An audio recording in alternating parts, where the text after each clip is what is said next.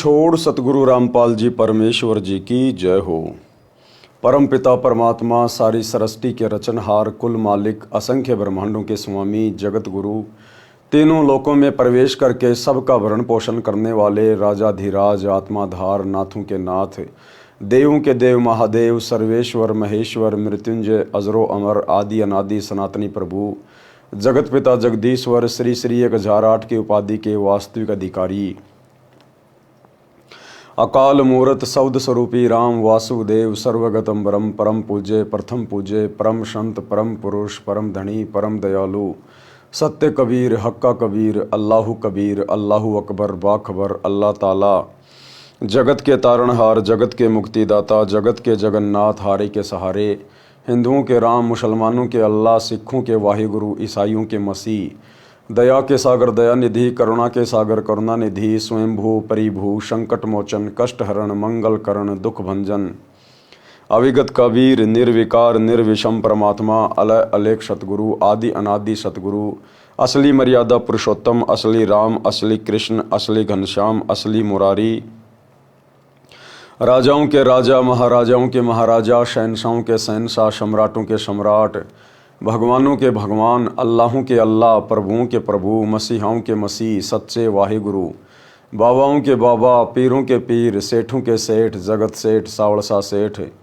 सर्वगुण संपन्न, अनंत कोटि कलाओं के स्वामी, अनंत कोटि ब्रह्मांडों के नायक, योगियों में महायोगी, ध्यानियों में महाध्यानी, सिद्धों में परम सिद्ध, ज्ञानियों में तत्वज्ञानी, ब्रह्म ज्ञानी, महाज्ञानी, परम ज्ञानी, सर्वश्रेष्ठ ज्ञानी, विज्ञानी, युवा कबीर, समर्थ कबीर, असमवात, अमित ओझा, सच्चे रहनुमा, करीम अल्लाह, सुभान अल्लाह, दुनिया के अंतिम पैगंबर, 8 सितंबर 1951 से गांव धनाना, जिला सोनीपत, हरियाणा, भारतवर्ष की पावन भूमि पे प्रकट रियल कल की भगवान श्री नारायण साकार हरि, श्री बाबा साहेब, नूर अनंत परमात्मा, संत शिरोमणि सतगुरु रामपाल जी परमेश्वर जी के चरण कमल में साध संगति से जुड़े हुए देश विदेश से आप और हम सभी सत्सेवक भाई बहनों का अनंत कोटि दंडवत प्रणाम।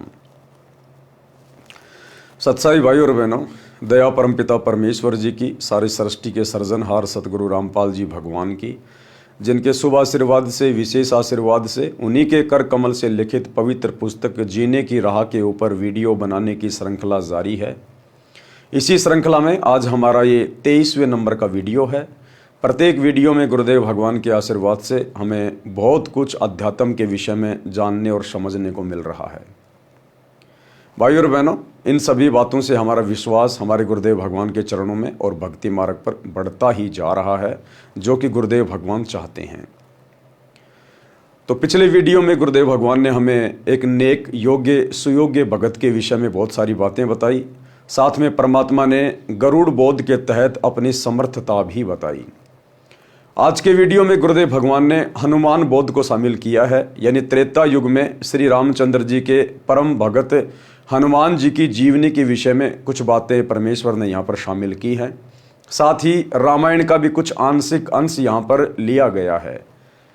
यानी आज से पहले हमें रामायण और महाभारत के नाम पे जो भी कुछ पढ़ाया गया, केवल ज़्यादातर लोक वेद था, सुनी सुनाई बातें, दंत कथाएं, सत्यता से कोसों दूर। अब हनुमान बोध के माध्यम से पूज्य गुरुदेव भगवान हमें बहुत सारी सत्य कथाएं, सत्य बातें सुनाने जा रहे हैं।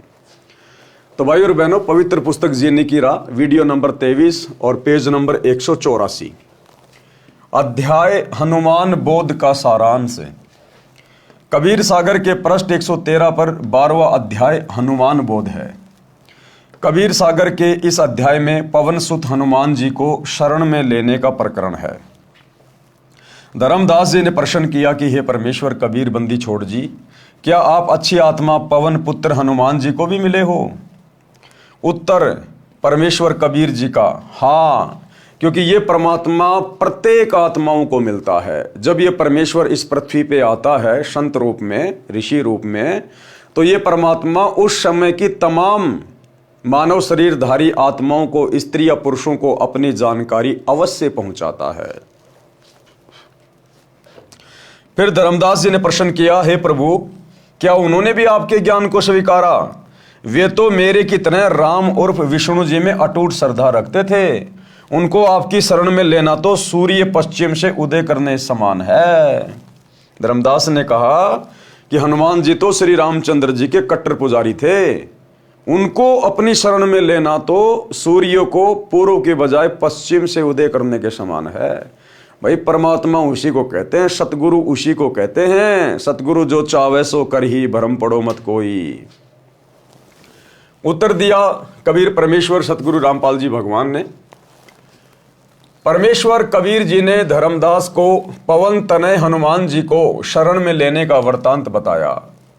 आप जी पढ़े सरलार्थकर्ता रामपाल दास द्वारा हनुमान जी को कैसे परमेश्वर कबीर जी ने शरण में लिया तथा रामायण का संक्षिप्त वर्णन। रामायण ग्रंथ में प्रकरण आता है कि एक बाली नाम का राजा था, उसका भाई सुग्रीव था। यानी हनुमान जी का प्रथम बार श्री रामचंद्र जी से कैसे मिलन हुआ, कैसे उनकी भेंट हुई, परमात्मा वहां से शुरू कर रहे हैं। रामायण ग्रंथ में प्रकरण आता है कि एक बाली नाम का राजा था, उसका भाई सुग्रीव था। किसी कारण से बाली ने अपने भाई सुग्रीव को अपने राज्य से निकाल दिया, उसकी पत्नी को अपने कब्जे में पत्नी बनाकर रखा। सुग्रीव दूर देश में मायूस भ्रमण कर रहा था। हनुमान जी राम राम करते हुए एक पहाड़ पर बैठे दिखाई दिए। जिस समय हनुमान जी से श्री रामचंद्र जी की मुलाकात भी नहीं हुई थी, श्री हनुमान जी जानते भी नहीं थे कि दशरथ पुत्र रामचंद्र कौन है, उस समय हनुमान जी राम राम का जाप किया करते थे। राम राम का, राम राम शब जगत बखाने, आदि राम कोई बिरला जाने। दशरथ पुत्र श्री रामचंद्र जी से पहले तो सतयुग में इंसान थे, सतयुग में भी लोग राम राम का जाप किया करते थे। तो वो वास्तव में असली राम कौन है? जो त्रेता युग में जन्मे दशरथ पुत्र श्री रामचंद्र जी से पहले भी था। सतयुग के प्राणी भी उस राम का नाम जाप किया करते थे। तो हनुमान जी जिस समय तक रामचंद्र जी को जानते भी नहीं थे, मिले भी नहीं थे, उससे पहले ही राम नाम का जाप किया करते थे। यानी वास्तव में वो राम कौन है? श्री राम तो केवल श्री दशरथ के बेटे के शरीर का नाम था, उसकी पहचान थी। ये राम राम कोई मुक्ति का मंत्र नहीं है, कोई जपने का मंत्र नहीं है, कोई मोक्ष मंत्र नहीं है। हनुमान जी राम राम करते हुए एक पहाड़ पर बैठे दिखाई दिए, क्योंकि ये सत्य कथा बताई जा रही है। आज से पहले हमने केवल सुनी सुनाई बातें सुनी है, दंत कथा सुनी है, लोकवेद सुना है, आदि अधूरी रामायण की बातें सुनी है। अब ये सत्यनारायण कथा आप सतगुरु रामपाल जी परमेश्वर जी के कर कमल से लिखित इस पुस्तक से सुनने जा रहे हैं। रिंचक भर भी, यानी रिंच मात्र भी आपको इसमें झूठ का समावेश नहीं मिलेगा, क्योंकि ये परमात्मा स्वयं त्रेता युग में मुनिंदर ऋषि के नाम से प्रकट थे। ये कबीर परमात्मा त्रेता युग में मुनिंदर ऋषि के नाम से प्रकट थे, जिन्होंने श्री हनुमान जी को अपनी शरण में लिया था। हनुमान जी राम राम करते हुए एक पहाड़ पर बैठे दिखाई दिए। दोनों की मित्रता हो गई, सुग्रीव की और हनुमान जी दोनों की मित्रता हो गई। सुग्रीव ने अपना दुख हनुमान जी से साझा किया। हनुमान जी ने शरणागत सुग्रीव की सहायता करने का वचन दिया। हनुमान जी ने सुग्रीव को वचन दे दिया कि ठीक है भाई सुग्रीव, अगर ऐसी बात है तो मैं तेरे भाई के साथ में युद्ध करूंगा, बाली के साथ में, और मैं तेरे को तेरा राज्य वापस दिलाऊंगा। लेकिन कुछ देर बाद जब बातें और आगे बढ़ी और सुग्रीव ने जब बाली की हकीकत बताई कि उसको एक वरदान प्राप्त है ब्रह्मा जी से, वो जिसके साथ आमने सामने की लड़ाई लड़ता है तो बाली के पास सामने वाले की आदि शक्ति आ जाती है, और बाली की तो बाली के पास है ही, इसलिए उसको कोई जीत नहीं सकता। उसके बाद हनुमान जी भी ठंडे पड़ गए। हनुमान जी ठंडे पड़ गए, पहले तो वचन दे दिया बिना सोचे समझे, और जब देखा कि बाली को तो ऐसा वरदान प्राप्त है, अगर आमने सामने की कोई लड़ाई लड़ेगा तो वो बाली को जीत ही नहीं सकता। लंका के राजा रावण की भी औकात नहीं थी बाली के साथ आमने सामने होकर युद्ध करने की, इसलिए अंत में रावण ने बाली के साथ में मित्रता कर ली थी। तो जब हनुमान जी को सुग्रीव ने यह बात बताई तो हनुमान जी के भी हवा निकल गई हनुमान जी की, और हनुमान जी भी चुपचाप हो गए कि अब क्या करूं मैं। सुग्रीव ने अपना दुख हनुमान जी से साझा किया। हनुमान जी ने शरणागत सुग्रीव की सहायता करने का वचन दिया। सुग्रीव ने हनुमान जी को बताया कि बाली में ऐसी सिद्धि है कि कोई उससे युद्ध करता है तो सामने वाले की आदि शक्ति बाली में प्रवेश कर जाती है। ये बात जानकर हनुमान जी भी शांत रहे। अब हनुमान जी भी चुपचाप हो गए इस बात को सुनकर, और युद्ध करने का इरादा त्याग दिया। उस समय रामचंद्र पुत्र राजा दशरथ जी को वनवास हुआ। उस समय दशरथ के बेटे श्री रामचंद्र जी को वनवास हो गया था। उसकी पत्नी सीता जी तथा भाई लक्ष्मण जी भी वन में साथ गए थे। श्रीलंका के राजा रावण की बहन शूर्पणखा ने लक्ष्मण को देखा तो उससे विवाह करने का प्रस्ताव रखा। लक्ष्मण ने कहा कि मेरा विवाह हो चुका है। लक्ष्मण की पत्नी का नाम उर्मिला था। शूर्पणखा ने बार बार विवाह करने का आग्रह किया तो शेषनाग अवतार लक्ष्मण ने क्रोधवश उसका नाक काट दिया। शूर्पणखा ने अपनी दुर्दशा की दास्तां अपने भाई रावण से सुनाई और पूरा पता बताया। रावण ने प्रतिशोध लेने के लिए राम की पत्नी सीता का अपहरण करने की योजना बनाई। साधु वेश बनाकर अपने मामा मारीच के सहयोग से रावण ने सीता जी का अपहरण कर लिया। अब देखो भाइयों और बहनों, साथ साथ हमने शिक्षा लेकर चलना है। रावण की बहन ने लक्ष्मण से शादी करने का प्रस्ताव रखा। लक्ष्मण ने मना कर दिया कि भाई मैं तो शादीशुदा हूं बहन जी और मैं शादी नहीं कर सकता। लेकिन उसने बार बार कहा तो लक्ष्मण गुस्से में आ गया और अपनी तलवार से उसकी नाक काट दी। ये एक सभ्य व्यक्ति के लक्षण नहीं है, ये एक संत के लक्षण नहीं है, एक भगत के लक्षण नहीं है। लेकिन लक्ष्मण ना तो संत था ना कोई भगत था, श्री रामचंद्र ना कोई संत था ना कोई भगत था, राजा के बेटे थे। और राजा के बेटों में तो कितना अहंकार होता है, कितनी मान बढ़ाई होती है। तो हमने इन बातों का ध्यान रखना है। जो हमारी मर्यादाओं में नहीं है हमने हाथ जोड़ के क्षमा मांग लेनी है कि भाई देखो मैं शादीशुदा हूं और मैं आपके शादी के प्रस्ताव को स्वीकार नहीं कर सकता। उसके बाद कोई कितना ही जोर डाले, कितना ही दबाव डाले, यदि हमने शादी नहीं करनी है तो प्यार प्रेम से मना ही करना है। हमने गुस्सा नहीं करना, मार पिटाई नहीं करनी, वाद विवाद नहीं करनी, काम चाहे कोई भी हो। लेकिन लक्ष्मण ने यहां पर गलती की और लक्ष्मण की वो गलती आगे चलकर महाविनाश में तब्दील हो गई, महाविनाश में। तो लक्ष्मण जैसी गलती हम भाई बहनों ने बिल्कुल भी वर्तमान कलयुग की पिछली पीढ़ी में किसी के साथ में गुस्सा करके, लड़ाई झगड़ा करके या क्रोध करके नहीं करनी है। तो शूर्पणखा ने अपने भाई रावण को बताया। अब रावण ने अपनी बहन की बेइज्जती का बदला लेने के लिए और साधु का वेश बनाकर और अपने मामा मारीच के सहयोग से सीता जी का अपहरण कर लिया। सीता जी की खोज में श्री राम जी तथा श्री लक्ष्मण जी वन वन भटक रहे थे। उसी समय उनको श्री हनुमान जी तथा श्री सुग्रीव जी मिले। आपस में परिचय हुआ। सुग्रीव ने श्री राम से अपना कष्ट बताया। श्री रामचंद्र जी ने शर्त रखी कि यदि मैं आपका राज्य आपको दिला दूं तो आपको सीता की खोज तथा वापसी के लिए मेरा सहयोग करना होगा। अब बाली के साथ तो श्री रामचंद्र जी की कोई दुश्मनी थी नहीं, ना श्री रामचंद्र जी जानते थे बाली कौन है। अपने स्वार्थ के लिए, अब बताओ इनको कैसे भगवान कहें, कैसे इनको परमात्मा की संज्ञा दी जा सकती है। ये तो आम व्यक्ति के लक्षण होते हैं। श्री रामचंद्र जी ने अपने स्वार्थ के लिए, यदि मैं सुग्रीव को राज्य दिला दूं बाली को मार के तो सुग्रीव मेरी मदद करेगा सीता की खोज करने में, और खोज होने के बाद अपनी वानर सेना का मुझे पूरा पूरा सहयोग देगा। तो अपने स्वार्थ के लिए विष्णु अवतार श्री रामचंद्र जी ने धोखे से पेड़ की ओट लेकर और बाली का वध किया। बाली से आमने सामने होकर युद्ध करने की औकात दशरथ पुत्र श्री रामचंद्र जी में भी नहीं थी, इसलिए पेड़ की ओट लेकर धोखे से अपने स्वार्थ के लिए उसकी हत्या की। बात पक्की हो गई, दोनों के बीच में बात पक्की हो गई। श्री रामचंद्र जी ने वृक्ष की ओट लेकर बाली को युद्ध करके मारकर सुग्रीव को राज तिलक कर दिया। सुग्रीव ने अपनी प्रतिज्ञा का पालन किया। सीता जी की खोज के लिए चारों दिशा में खोजी भेजे गए। जटायु पक्षी ने श्री राम को बताया कि सीता माता को लंकेश्वर रावण उठा ले गया। उससे मैंने माता को छुड़ाने की चेष्टा की तो मेरे पंख काट दिए। रावण से बातचीत करके सीता को लौटाने के लिए श्री राम जी ने हनुमान जी को राजदूत बनाया। श्री रामचंद्र जी ने श्री हनुमान जी को सीता को विश्वास दिलाने के लिए अपनी अंगूठी दी जिस पर श्री राम लिखा था।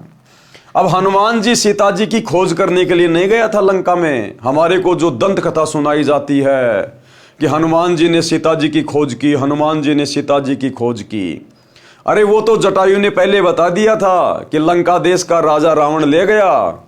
उसके बाद रामचंद्र जी ने हनुमान जी को तो केवल इसलिए भेजा था कि तू एक बार जाकर जो है पूरी तसल्ली करके आ जा और रावण से बातचीत भी करके आ जा कि भाई आप सीता जी को वापस लौटा दीजिएगा, युद्ध में कुछ नहीं रखा है। तो अपना दूत बना के भेजा था। सीता उस अंगूठी से हनुमान पर विश्वास कर सकती थी कि जो मुझसे मिलने आया है वह श्री राम का भेजा हुआ है। हनुमान जी श्री राम की मुद्री लेकर आकाश मार्ग से उड़कर श्रीलंका में गए। रावण का एक 9 लखा बाग था, उसमें सीता जी को रावण राक्षस ने कैद कर रखा था।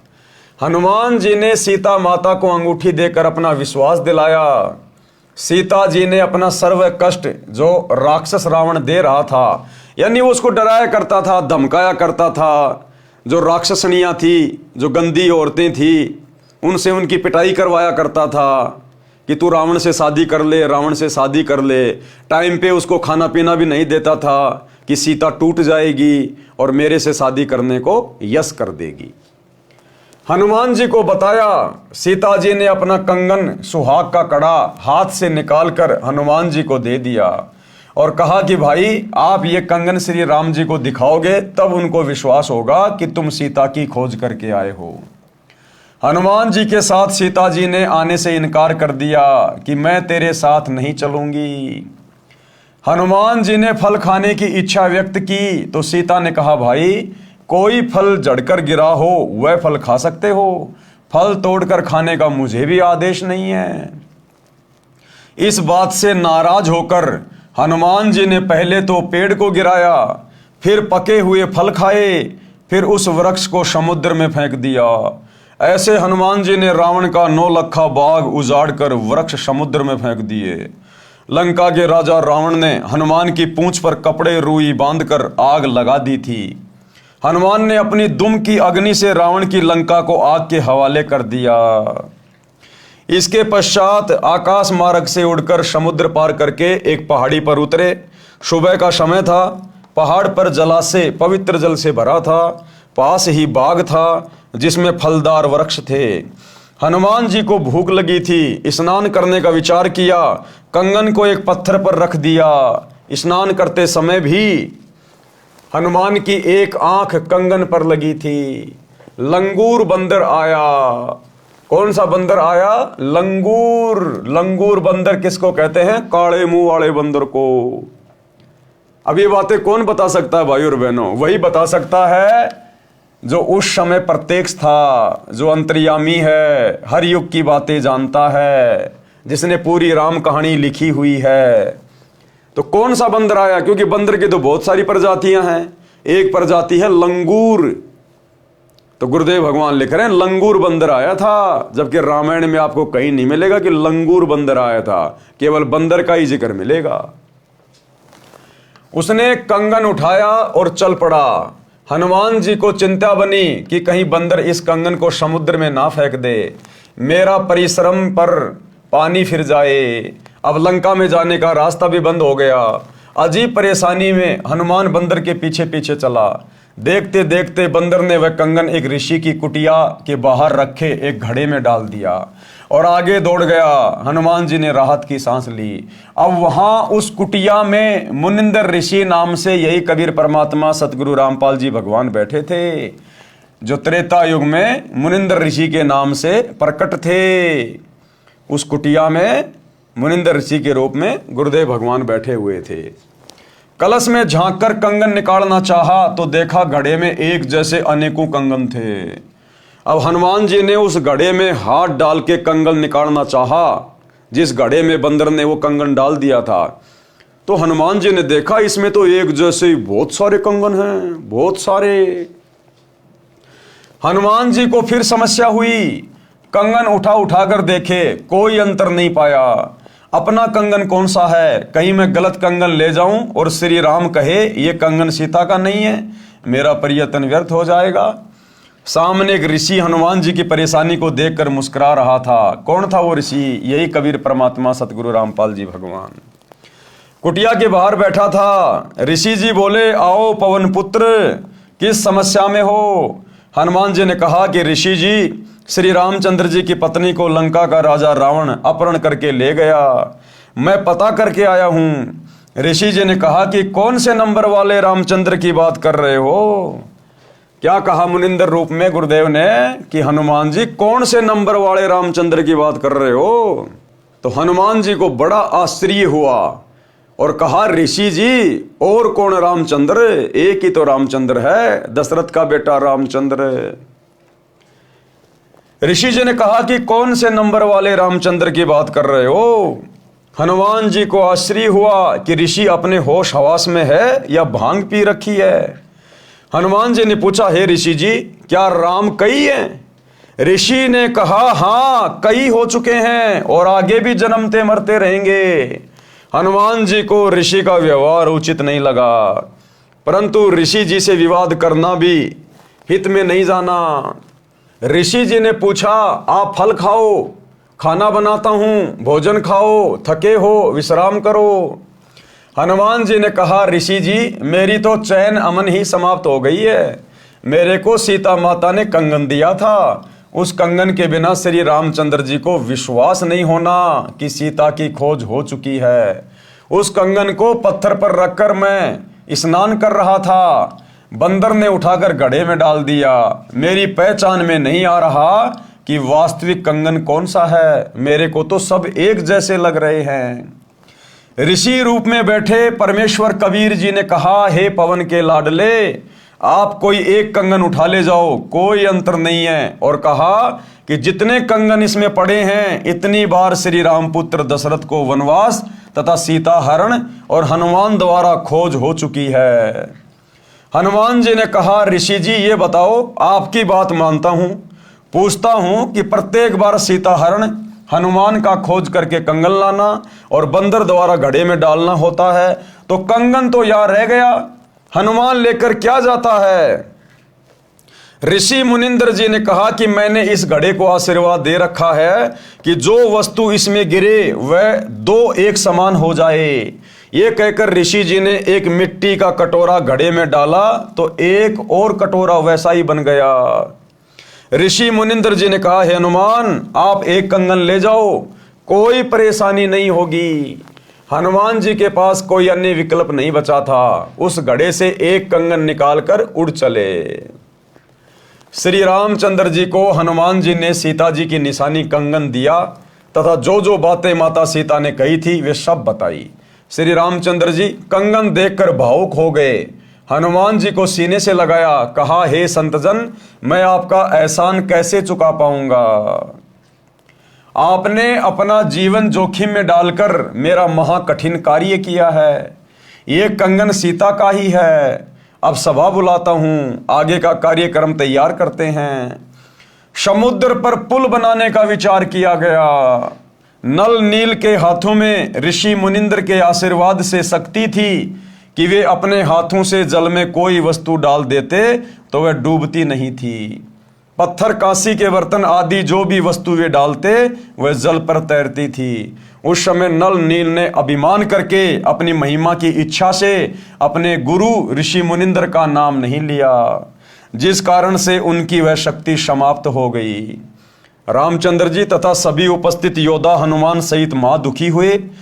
3 दिन तक श्री राम घुटनों पानी में खड़ा रहा, रास्ता देने की प्रार्थना करता रहा, परंतु समुद्र टस से मस नहीं हुआ। तब श्री राम ने लक्ष्मण से कहा कि मेरा अग्निबाण निकाल, समुद्र को फूंक देता हूं। लातों के भूत बातों से नहीं मानते। उसी समय समुद्र विपर रूप धारकर श्री राम के सामने करबद्ध होकर खड़ा हो गया तथा कहा कि हे भगवान, मेरे अंदर संसार बसा है, आप पाप के भागी मत बनो। आप ऐसा करो कि सर्प भी मर जाए और लाठी भी ना टूटे। आपकी सेना में नल नील नाम के 2 सैनिक हैं। उनको उनके गुरुजी का आशीर्वाद है। उनके हाथों से पत्थर भी मेरे ऊपर तैर सकते हैं। तब नल नील से पत्थर डालकर दिखाने को कहा तो नल नील ने अपनी महिमा चाही और गुरु को याद नहीं किया। अब ऐसे गलती करते हैं भाई और बहनों हम भगत। अब ये शक्ति नल और नील को त्रेता युग में कबीर परमात्मा जो मुनिंद्र ऋषि के रूप में आए हुए थे उनके आशीर्वाद से प्राप्त थी। और कोई भी कार्य करने से पहले हम भक्तों को गुरुदेव भगवान दिशा निर्देश देते हैं कि अपने गुरु जी को जरूर याद करना चाहिए, मंगलाचरण अवश्य करना चाहिए। आप कोई भी कार्य करें, घर से बाहर निकलें, बच्चे स्कूल के लिए जाएं, स्कूल से वापस आएं, आप सुबह अपने काम के लिए जाओ, काम से वापस आओ, तो हमने मंगलाचरण अवश्य करना चाहिए। लेकिन नल और नील के अंदर उस दिन मान बढ़ाई छा गई कि यदि हम सबके सामने गुरुजी को याद करेंगे, कुछ मंत्र मंत्र बोलेंगे, मंगलाचरण बोलेंगे, तो सब लोगों को यह लगेगा कि यह शक्ति नल और नील की नहीं है, इनको तो किसी और से प्राप्त है, तो हमारी तो बेइज्जती हो जाएगी। तो उन्होंने अहंकार में आकर सबके सामने बिना अपने गुरुदेव को याद किए, बिना मंगलाचरण किए, और उन्होंने पत्थर उठाया और पानी में छोड़ दिया। अब भाई मालिक तो अंतर्यामी है, गुरुदेव भगवान तो सब जानते हैं, जानी जान है। और वैसे भी वो काम गुरुदेव भगवान ने मुनिंद्र ऋषि के रूप में त्रेता युग में खुद ही जाके करना था, क्योंकि वो किसी भगत के बस की बात नहीं थी। अरे जब काल ने हाथ खड़े कर लिए, ज्योति निरंजन ने हाथ खड़े कर लिए, क्योंकि ये वार्ता कब हुई? जब प्रथम बार परमात्मा जोगजीत के रूप में काल के साथ वार्ता कर रहे थे तपतशिला पे, उस समय काल ने कहा था कि आप त्रेता युग में जाना और ऐसे ऐसे मेरा पुत्र विष्णु, उसको नारद श्राप देगा और वो रामचंद्र रूप में अपना कर्म भोगने के लिए नीचे जाएगा, 14 साल का वनवास होगा, उसकी पत्नी को रावण उठा के ले जाएगा और ऐसे ऐसे फिर वो समुद्र पे पुलिया बनाएगा, वो पुलिया नहीं बना पाएगा। हे भगवान, जब आप नीचे जाओ तो आप मेरे पुत्र की वो पुलिया बनाने में सहयोग करना, मदद करना, उसकी पुलिया बनवाना।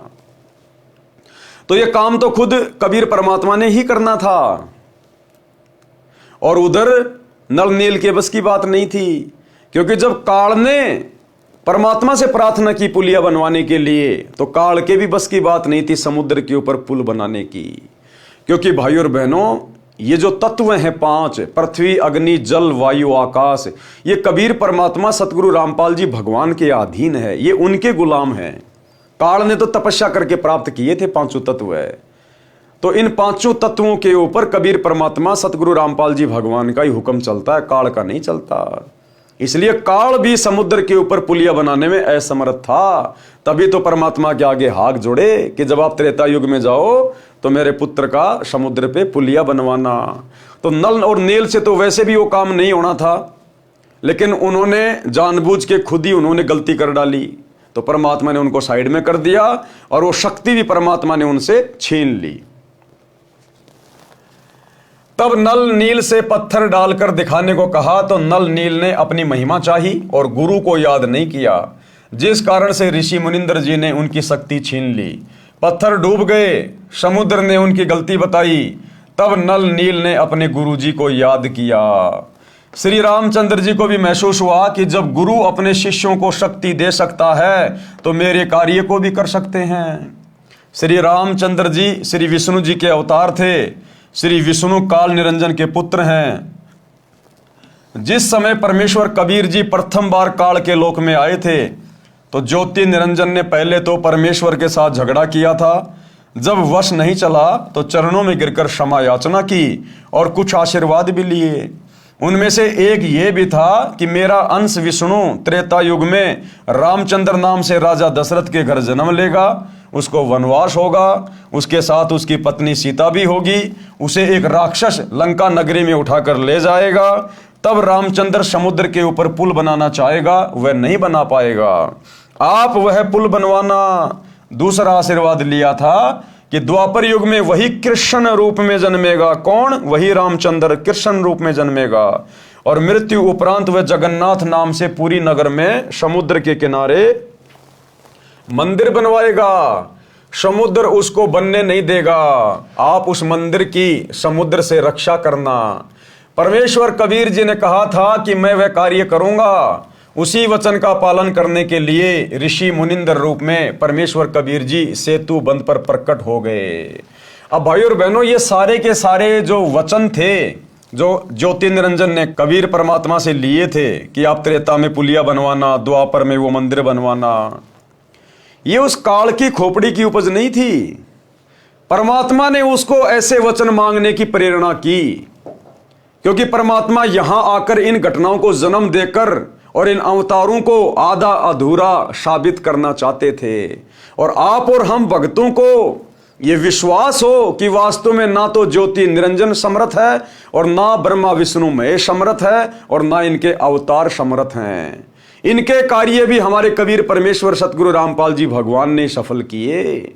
तो हमारे परमेश्वर की महिमा हो और हम भक्तों को विश्वास हो कि हम जिस समर्थ की भक्ति कर रहे हैं वो साक्षात परमेश्वर है। सभी के कार्य वही करता है। करे करावे साइयां मन में लहर उठा, दादू सिरदर जीव के आप बगल हो जा। तो ये सारी लीला इसी कबीर परमात्मा सतगुरु रामपाल जी भगवान की अपनी समर्थता को सिद्ध करने के लिए ऋषि मुनिंदर रूप में परमेश्वर कबीर जी सेतु बंध पर प्रकट हो गए और आते आते पर्वत के चारों ओर अपनी सोटी यानी डंडी से रेखा अंकित कराए। वो तो जाने जान थे, अंतर्यामी है। ये कहानी लिखने से पहले भी उनको सारी बातों का पता था। और वैसे भी ये कहानियां जब से सृष्टि रची गई है किस ब्रह्मांड की अनंत करोड़ बार घटित हो चुकी है। हर त्रेता युग में परमात्मा जाते हैं और उनका पुलिया बनवाते हैं। नल नील ने दूर से अपने गुरुजी को पहचान लिया और कहा हमारे गुरुजी आ गए हैं। श्री रामचंद्र जी ने अपनी समस्या बताई तथा विनम्र भाव से अपने कार्य की सिद्धि के लिए आशीर्वाद मांगा। परमेश्वर ने कहा नल नील ने गलती की जिस कारण से इनकी शक्ति समाप्त हो गई है। अब गुरुजी के दोनों बेटे वीरेंद्र और मनोज हरियाणा जाट महासभा का 5वां फ्लोर बनवाने गए और मान बढ़ाई में आके अपनी प्रशंसा के लिए जाट महासभा का धर्मशाला का उद्घाटन कर रहे हैं। पत्थर की शिलान्यास का उद्घाटन कर रहे हैं। गले में दोनों भाई मालाएं डलवा रहे हैं।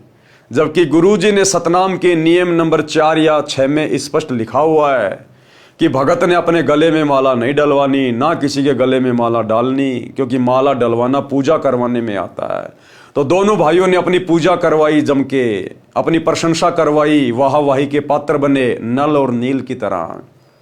तो जब नल और नील की शक्ति छीन ली गई मर्यादा तोड़ने के कारण है, तो सोचिए इन दो राजा बाबुओं की शक्तियां कहां रहेंगी। आने वाले समय में इनको गुरुजी के दर्शन दुर्लभ हो जाएंगे, दर्शन दुर्लभ। मैंने सामने वाले पर्वत के चारों ओर रेखा लगाई है, उसके अंदर अंदर के पत्थर लकड़ी से भी हल्के कर दिए। अब गुरुदेव ने मुनिंदर ऋषि के रूप में श्री रामचंद्र जी से कहा कि हे दशरथ के बेटे, मैंने आते समय ये जो पहाड़ी है ना, इस पहाड़ी के चारों तरफ मैंने एक लकड़ी से रेखा खींच दी है। उस रेखा के अंदर अंदर जितने भी पर्वत हैं उनको उठा के पुलिया बना लो। मेरी शक्ति से सारे पत्थर हल्के हो गए हैं, वो पानी के ऊपर तैरने लगेंगे।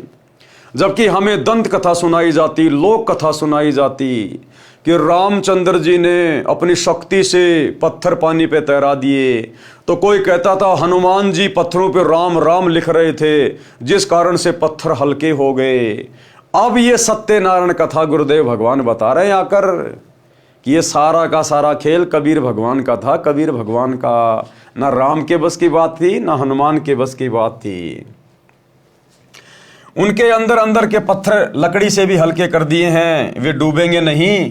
हनुमान जी राम भगत थे, उन्होंने उन पत्थरों पर राम राम लिखा और उठाकर चले और रखा तो पत्थर डूबे नहीं। नल नील शिल्पकार यानी निपुण राजमिस्त्री भी थे, जिस कारण से नल तथा नील ने पत्थरों को तराश कर एक दूसरे में फंसा कर जोड़ा था। पहले श्री राम से पत्थर तिरे नहीं, नल नील भी असफल हुए।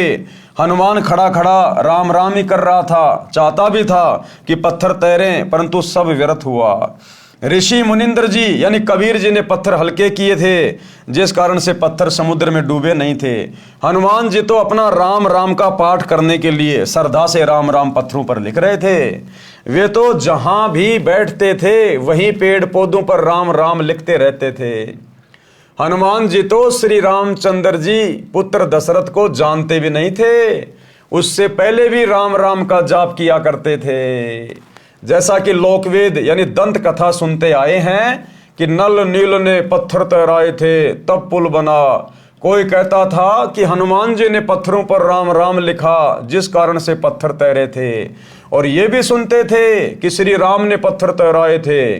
कारण ये रहा है कि जो बातें पत्थर तैराने की हुई थी और मुनिंद्र ऋषि जी ने कहा था कि मैंने पर्वत का पत्थर हल्का कर दिया है, ये वार्ता 10-20 व्यक्तियों के समक्ष हुई थी। अब उस समय सेना तो वहां पर करोड़ों में थी, और कबीर परमात्मा की जो मुनिंद्र ऋषि के रूप में गए थे, उस समय जो वार्ता हुई थी उन पत्थरों को तैराने की, परमात्मा ने कहा कि मैंने इस पहाड़ी के पत्थरों को हल्का कर दिया मेरे आशीर्वाद से। अब ये बात तो केवल 15-20 लोगों के बीच में हुई थी, वो करोड़ों की सेना को थोड़ी पता था वहां पे क्या बात हो रही है, तो बाकी लोगों को नहीं पता था इस बात का। तो जब हनुमान जी उस पहाड़ी के भारी भारी पत्थर उखाड़ उखाड़ के और उन पे राम राम लिख रहे थे, तो आम सेना ये सोचने लगी कि ये पत्थर तो इसलिए तैर रहे हैं कि हनुमान जी ने इसके ऊपर राम लिख दिया, क्योंकि वार्ता तो 15-20 लोगों के बीच में हो रही थी। बाकी सेना को तो पता ही नहीं आगे क्या बातचीत हो रही है, किसने पत्थर हल्के कर दिए, कौन है मुनिंद्र जी। तो लोगों ने सोचा ये तो हनुमान जी ने राम राम लिख दिए जिस कारण से पत्थर हल्के हो गए। तो युद्ध के बाद जो सैनिक वीर गति को प्राप्त नहीं हुए, जो बच गए, उन्होंने अपने अपने गांव में आके, अपने अपने घरों में आके फिर ये बातें आगे फैला दी कि हनुमान जी ने राम राम लिखा जिस कारण से पत्थर पानी पे तैर गए, क्योंकि उनको सत्यता का नहीं पता था, जिस कारण से ये झूठी कथा समाज में प्रचलित हो चली। यह वार्ता 20-30 व्यक्तियों के समक्ष हुई थी। शेष करोड़ों व्यक्ति युद्ध के लिए आए थे, वे तो आज्ञा मिलते ही पत्थर लाने लगे। उन्होंने देखा कि हनुमान जी राम राम लिख रहे थे, अन्य उन पत्थरों को उठा उठा कर ले जा रहे थे, आगे नल नील पत्थरों से पुल बना रहे थे। श्री रामचंद्र जी नल नील को शाबाशी दे रहे थे। अन्य उपस्थित व्यक्तियों ने एक दूसरे को बताया कि हनुमान जी ने पत्थरों के ऊपर राम राम लिख दिया जिस कारण से पत्थर जल पर तैर रहे थे। कुछ को लगा कि नल नील के हाथों में करामात है जिस कारण से पत्थर तैर रहे हैं। इस प्रकार यह गलतफहमी यानी भ्रमणा फैल गई। पुल बनाकर युद्ध में लग गए, अधिकतर तो मर गए, कुछ बचे वे अपने घर चले गए। उन्होंने अपने अपने नगर गांव में यह गलत सूचना फैला दी जो आज तक निर्विवाद चल रही है।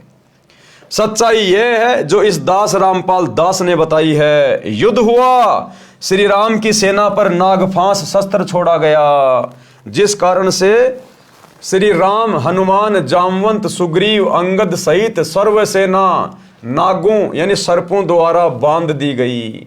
सर्प लिपट गए, हाथों को भी शरीर के साथ जकड़ दिया जैसे ईखों को किसान बांध देता है, ऐसे निष्क्रिय हो गए। तब गरुड़ को बुलाया गया, गरुड़ ने सर्व नाग काटे, तब सर्व सेना तथा श्री राम बंधन मुक्त हुए। अब बताओ काहे के भगवान, काहे के परमात्मा श्री रामचंद्र जी। रावण ने अपनी सिद्धि शक्ति से नाग फांस से पूरी रामचंद्र जी की सेना को हनुमान सहित जामवंत, अंगद, सुग्रीव सबको बांध दिया यूं बिल्कुल, और सांप लिपट गए चारों तरफ यूं, जैसे गन्ने की पूड़ी को बांध दिया करते हैं किसान भाई, ऐसे बांध दिया। अब श्री रामचंद्र ने देखा भैया मरेगा, अब कोई बचाव नहीं है, तो श्री विष्णु जी के वाहन से यानी अपने वाहन से प्रार्थना की, गरुड़ पक्षी से, कि हे गरुड़ अपने स्वामी को बचाओ, अपने भगवान को बचाओ।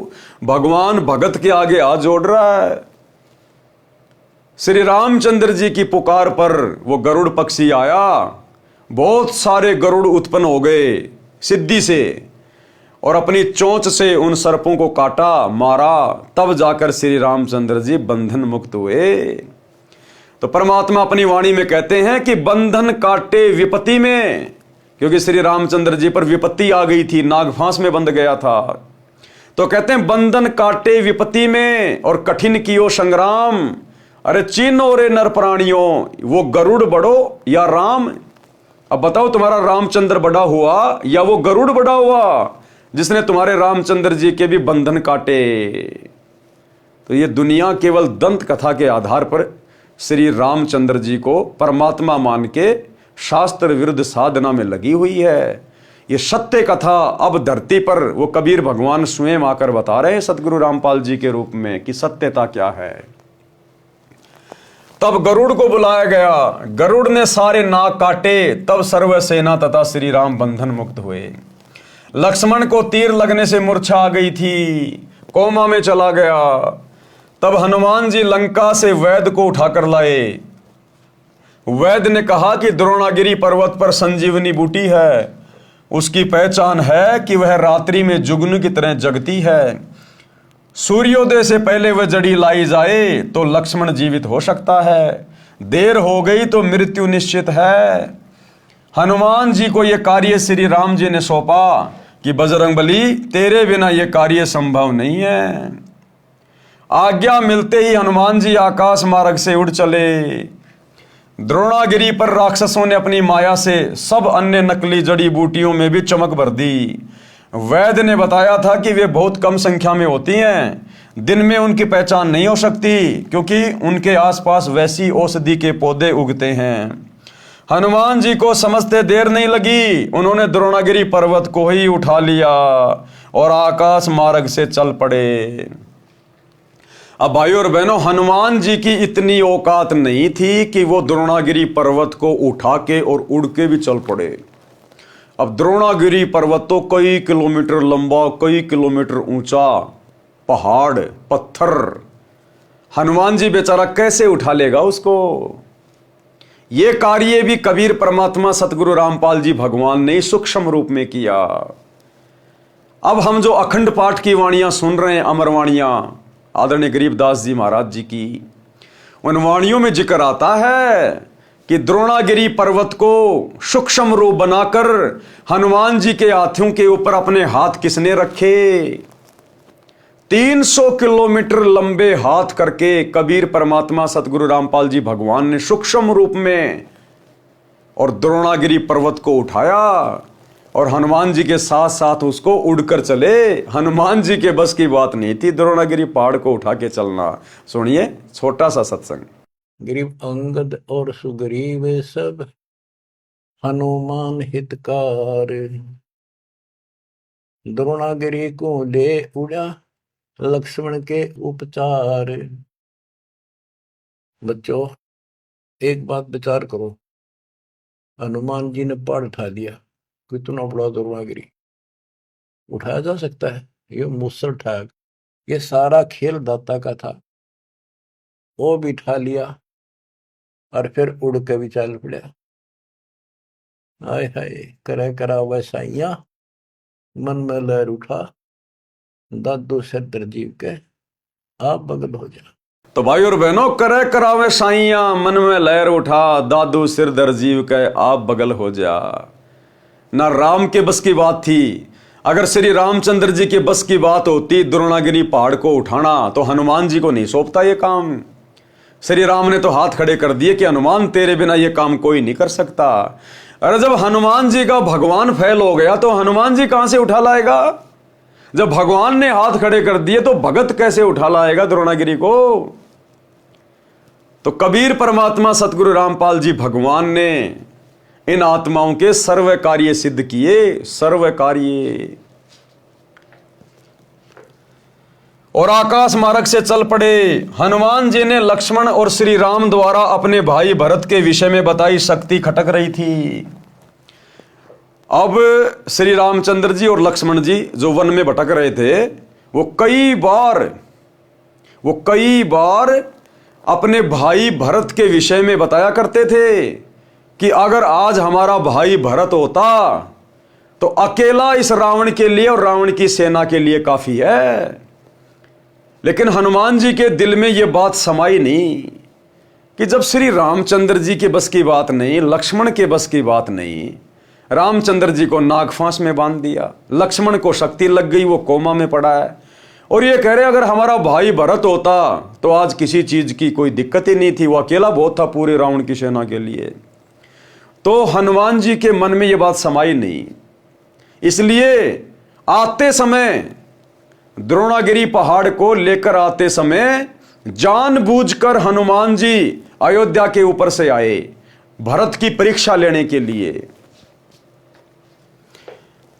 हनुमान जी ने लक्ष्मण और श्री राम द्वारा अपने भाई भरत के विषय में बताई शक्ति खटक रही थी। वे कहते थे कि यदि आज भरत होते तो अकेले रावण को तथा इसके लाखों पुत्रों तथा 1.25 लाख नातियों पोतों को यमलोक भेज देते।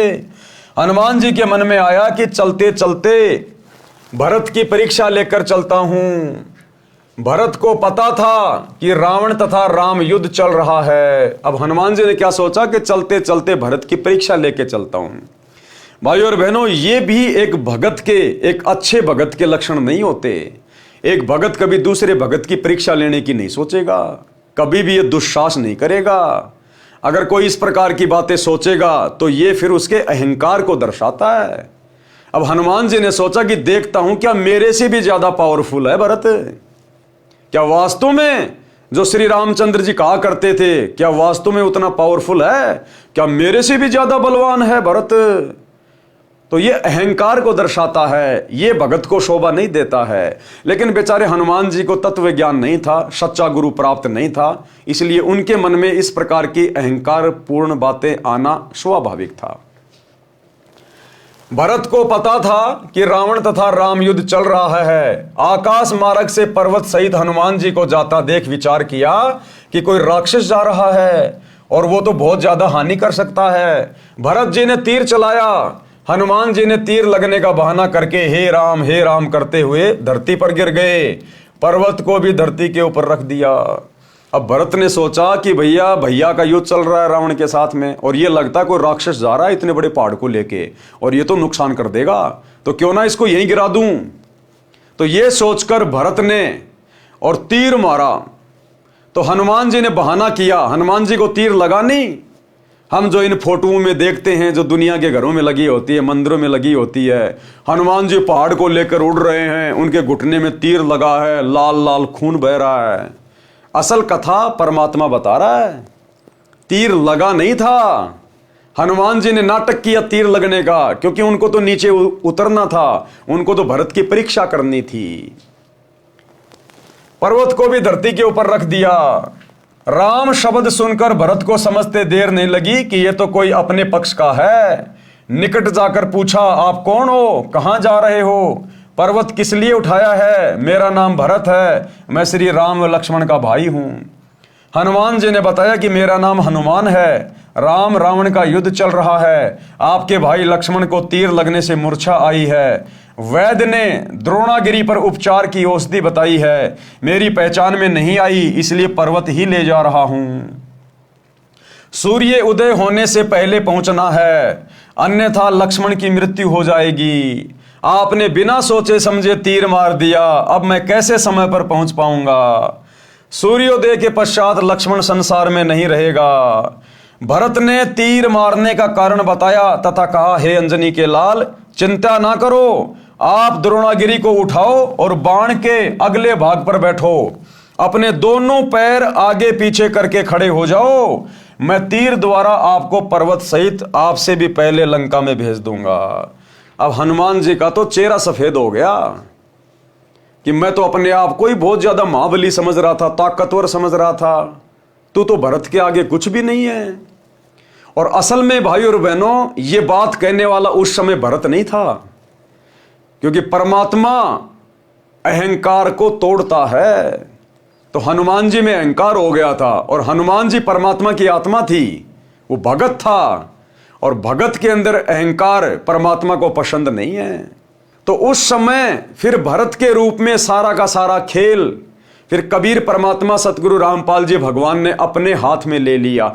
ये सूक्ष्म होता है, भरत को भी लग रहा है कि मैं ही बोल रहा हूं ये सारी बातें, लेकिन उस समय सूक्ष्म रूप में परमात्मा सब कुछ कर रहा होता है। जैसे हनुमान जी को लग रहा था कि पहाड़ मैं ही उठा के ले आया, मैं ही लेके जा रहा हूं, लेकिन सूक्ष्म रूप में परमात्मा की शक्ति थी। तो जो कर रहा होता है उसको भी ये महसूस नहीं होता कि मैं नहीं कर रहा, और उसके रूप में कर भी ये परमात्मा देता है। तो उस समय हनुमान जी का अहंकार तोड़ने के लिए इस प्रकार के शब्द भरत के मुख से कबीर परमेश्वर सतगुरु रामपाल जी भगवान कह रहे थे। हनुमान ने कहा, भाई तुमने तो सारा काम बिगाड़ दिया। अब सुबह सूर्य उदय होने से पहले यदि मैं लंका नहीं पहुंचा तो भाई लक्ष्मण नहीं बचेगा। तो भरत ने कहा, परमात्मा की शक्ति से कहा, जिस प्रकार वो भैंसा 650 साल पहले बनारस के तोताद्री शहर में कबीर परमात्मा ने आशीर्वाद दिया, वो भैंसा वेद मंत्र बोलने लग गया। ऐसे ही परमेश्वर कबीर जी की शक्ति से बोला कि हनुमान जी चिंता मत करो अंजनी के लाल, ये मेरा तीर है। तीर, इस तीर के आगे वाले भाग पे तू इस पर्वत को उठा के और आगे पीछे पैर करके खड़ा हो जा। मैं तेरे को, तू सुबह की बात कर रहा है, तेरे को अभी भेज देता हूं मैं। तो हनुमान जी को तो विश्वास नहीं हुआ कि तीर के अगले भाग पे, तीर को अगर यूं पकड़ा जाए और उसके आगे के भाग पे यदि कोई 5 किलो वस्तु भी लटका दे, आदमी एक हाथ से रोक नहीं सकता। अगर उसके हाथ में लटकाई जाए तो रोक लेगा, लेकिन हाथ से तीर पकड़ना और तीर के भी आगे वाले भाग पे वो वजन रखना आम आदमी नहीं उठा सकता, उठा ही नहीं सकता आदमी, चाहे कितना बड़ा, चाहे कोई पहलवान क्यों ना हो। और द्रोणागिरी पहाड़, अरबों खरबों टन वजन, साथ में हनुमान जी भी पूरा अट्टा पहलवान। और तीर के अगले भाग के ऊपर हनुमान जी को बैठा दिया, नीचे जमीन पे तीर रख के, और हनुमान जी पहाड़ को लेके यूं खड़े हो गए। और लक्ष्मण के रूप में कबीर भगवान सतगुरु रामपाल जी ने एक हाथ से वो तीर उठाया यूं, और जैसे मारने लगा उसी समय हनुमान जी बोला, बस बस भाई साहब, बस बस बस बस, आपने मेरी आंखें खोल दी। मैं तो आपकी परीक्षा ले रहा था, मेरे को तो विश्वास नहीं हो रहा था, क्योंकि आपके दोनों भाई आपकी शक्ति के विषय में आपकी प्रशंसा किया करते थे। अरे जब आपने मुझ हनुमान सहित द्रोणागिरी पहाड़ को अपने तीर पे जमीन से अपनी छाती तक उठा लिया, तो भाई आप तो भेज भी सकते हो।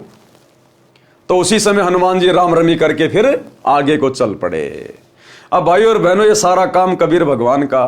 अरे जिस परमात्मा के एक वचन से ये पृथ्वी यूं वायुमंडल में घूम रही है, पृथ्वी कोई जमीन पे थोड़ी टिकी है कहीं, ये पृथ्वी से कई गुना बड़ा सूरज ये परमात्मा की वचन शक्ति से घूम रहा है।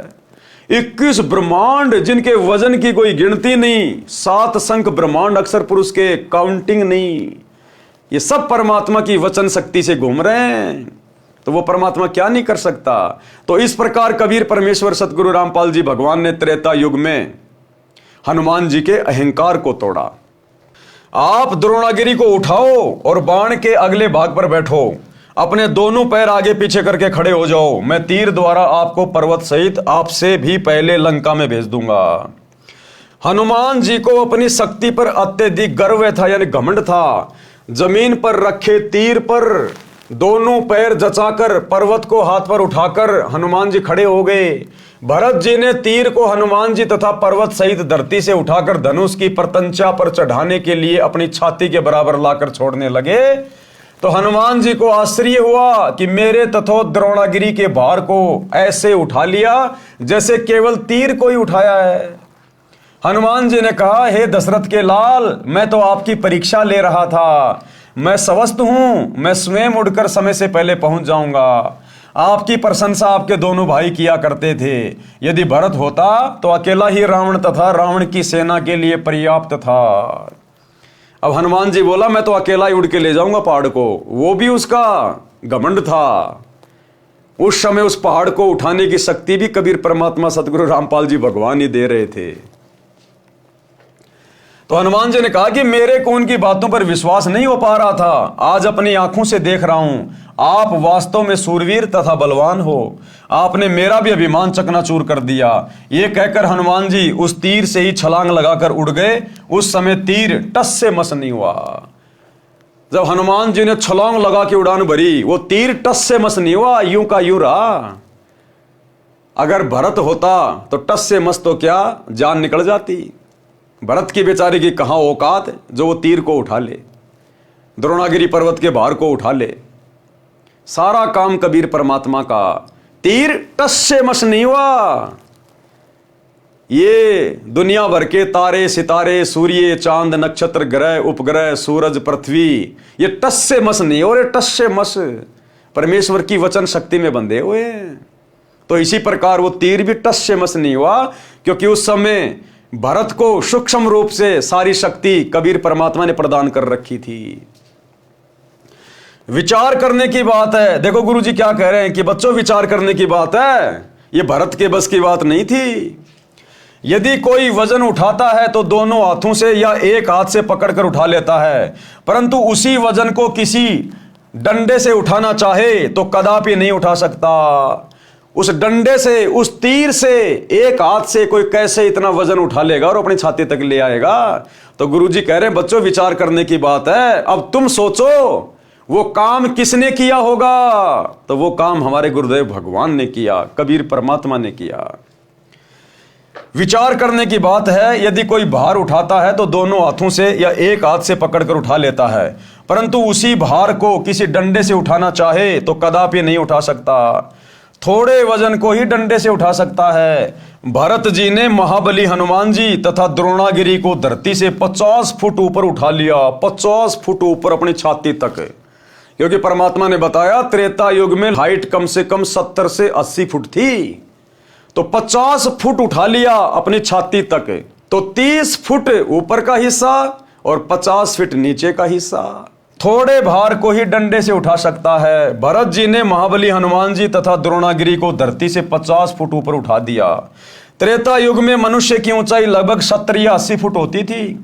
ये कोई सामान्य बात नहीं है। कोई किसी व्यक्ति को डंडे से उठाकर देखे कैसा महसूस होगा। गुरुजी कह रहे बच्चों ये कोई सामान्य बात नहीं है। अर्थात तुम विचार करो ये खेल किसने खेला? ये खेल तुम्हारे गुरुजी ने खेला, इस कबीर भगवान ने खेला। यह कोई सामान्य बात नहीं है। कोई किसी व्यक्ति को डंडे से उठाकर देखे कैसा महसूस होगा। लक्ष्मण को वैद्य ने संजीवनी औषधि पिलाकर स्वस्थ किया।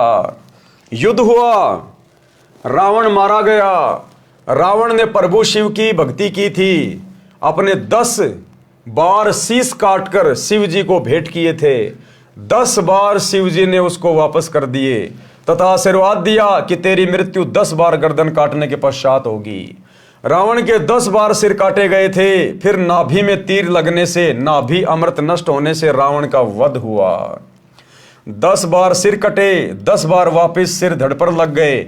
फिर विभीषण के बताने पर कि रावण की नाभि में अमृत है, रामचंद्र ने रावण की नाभि में तीर मारने की पूरी कोशिश कर ली थी, परंतु रावण का ध्यान भी वहीं केंद्रित था कि नाभि पर तीर ना लगे। रामचंद्र जी ने परमेश्वर को याद किया। उस दशरथ के बेटे रामचंद्र ने परमात्मा को याद किया, परमात्मा को। हालांकि वो जानता नहीं कि परमात्मा कौन है, लेकिन जब आत्मा दुखी होती है, आत्मा रोती है, तो परमात्मा को याद करती है। तो आत्मा से रोए दशरथ के बेटे रामचंद्र कि हे भगवान ये राक्षस तो मर ही नहीं रहा, क्योंकि 10 बार सिर काट दिए। उसके बाद में विभीषण ने बताया कि ये ऐसे नहीं मरेगा, इसकी नाभि में अमृत कुंड है, जब तक तीर मार के उसको नहीं सुखाया जाएगा ये नहीं मरेगा। तो गुरुदेव ने एक सत्संग में बताया कि 6 महीने हो गए थे, 6 महीने रामचंद्र जी को रावण की नाभि में तीर मारते हुए। और रावण भी इतना जबरदस्त योद्धा था, अपनी नाभि में तीर नहीं लगने दिया। अंत में श्री रामचंद्र जी ने रो रो के परमात्मा से प्रार्थना की कि हे परमात्मा मेरी रक्षा करो, ये राक्षस तो मर ही नहीं रहा। फिर वही कबीर परमात्मा जो आज धरती पर सतगुरु रामपाल जी के रूप में प्रकट हैं, सूक्ष्म रूप में आए वहां पर, और रामचंद्र जी को तो साइड में कर दिया, दिखाई भी नहीं दे रहा, आम सैनिकों की तरह है। और रावण की नाभि में श्री राम का रूप बना के सूक्ष्म रूप में कबीर परमात्मा ने तीर मारा था, तब जाकर उस राक्षस का अंत हुआ। सुनिए गुरुदेव के मुख कमल से, आदरणीय गरीबदास जी के अमर ग्रंथ की वाणी से। और फिर ये भी कहा परमात्मा ने कि हमने ही रावण को मारा। काफी दिन हो गए थे युद्ध होते ने, रावण श्री रामचंद्र जी पर मरा नहीं था। तब परमेश्वर कहते हमने ही उसे राम को के माध्यम से, यानी अपनी उसका हमने तीर ठोका उसका, और मारता दिखा श्री राम, निशाना हमने साधा था उसका, तब वो रावण मरा था। क्या बताते हैं, हम ही रावण मार लंका पर करी चढ़ाई, हम ही 10 सिर मार देवतन की बंद छुटाई, हम ही राम रहीम करीम पूर्ण करतारा, हम ही बांधे सेतु चढ़े संग पद्म 18। हमने ही उस सेतु यानी पुल को हमने ही बांधा था अपनी शक्ति से। तो भाई और बहनों, इस सृष्टि में एकमात्र सर्वशक्तिमान परमात्मा, एकमात्र समर्थ परमात्मा, अविनाशी, जो इन आत्माओं के भी सारे कार्य सिद्ध करता है, केवल यही कबीर परमात्मा सतगुरु रामपाल जी भगवान है। रामचंद्र जी ने परमेश्वर को याद किया कि इस राक्षस को मारो, मेरी सहायता करो। हे महादेव, हे देवों के देव, हे महाप्रभु, मेरी सहायता करो। आपकी बेटी सीता महाकष्ट में है, आपके बच्चे 33 करोड़ देवता भी इसी राक्षस ने जेल में डाल रखे हैं।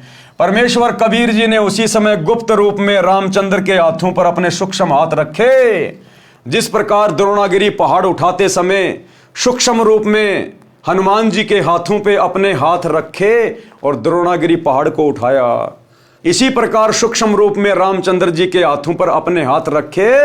अब लोगों को तो तीर मारता हुआ रामचंद्र दिखाई दे रहा है और सारा खेल खेल रहे थे कबीर परमात्मा सतगुरु रामपाल जी भगवान। तब जाकर वो राक्षस मरा।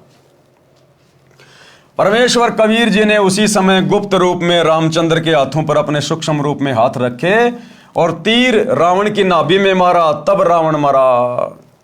अब भाई और बहनों, आप कहोगे भाई परमात्मा ने क्यों मारा रावण को? रामचंद्र जी ने तो नाम ही नहीं ले रखा था, वो तो भगत ही नहीं था। भाई देखो, त्रेता युग में प्रहलाद ने कौन सा नाम ले रखा था जो परमात्मा ने नरसिंह रूप धारण करके उसकी रक्षा की? परमात्मा कहते हैं चाहे कोई भी आत्मा हो, किसी भी योनि में हो, यदि किसी जन्म में उसके द्वारा की गई भक्ति का पुण्य मौजूद है, यदि भक्ति धन है, और यदि वो आत्मा किसी कष्ट में होती है, परेशानी में होती है और हृदय से पुकार करती है, तो परमात्मा चाहे वो किसी भी योनि में क्यों ना है, परमात्मा उसकी रक्षा अवश्य करता है।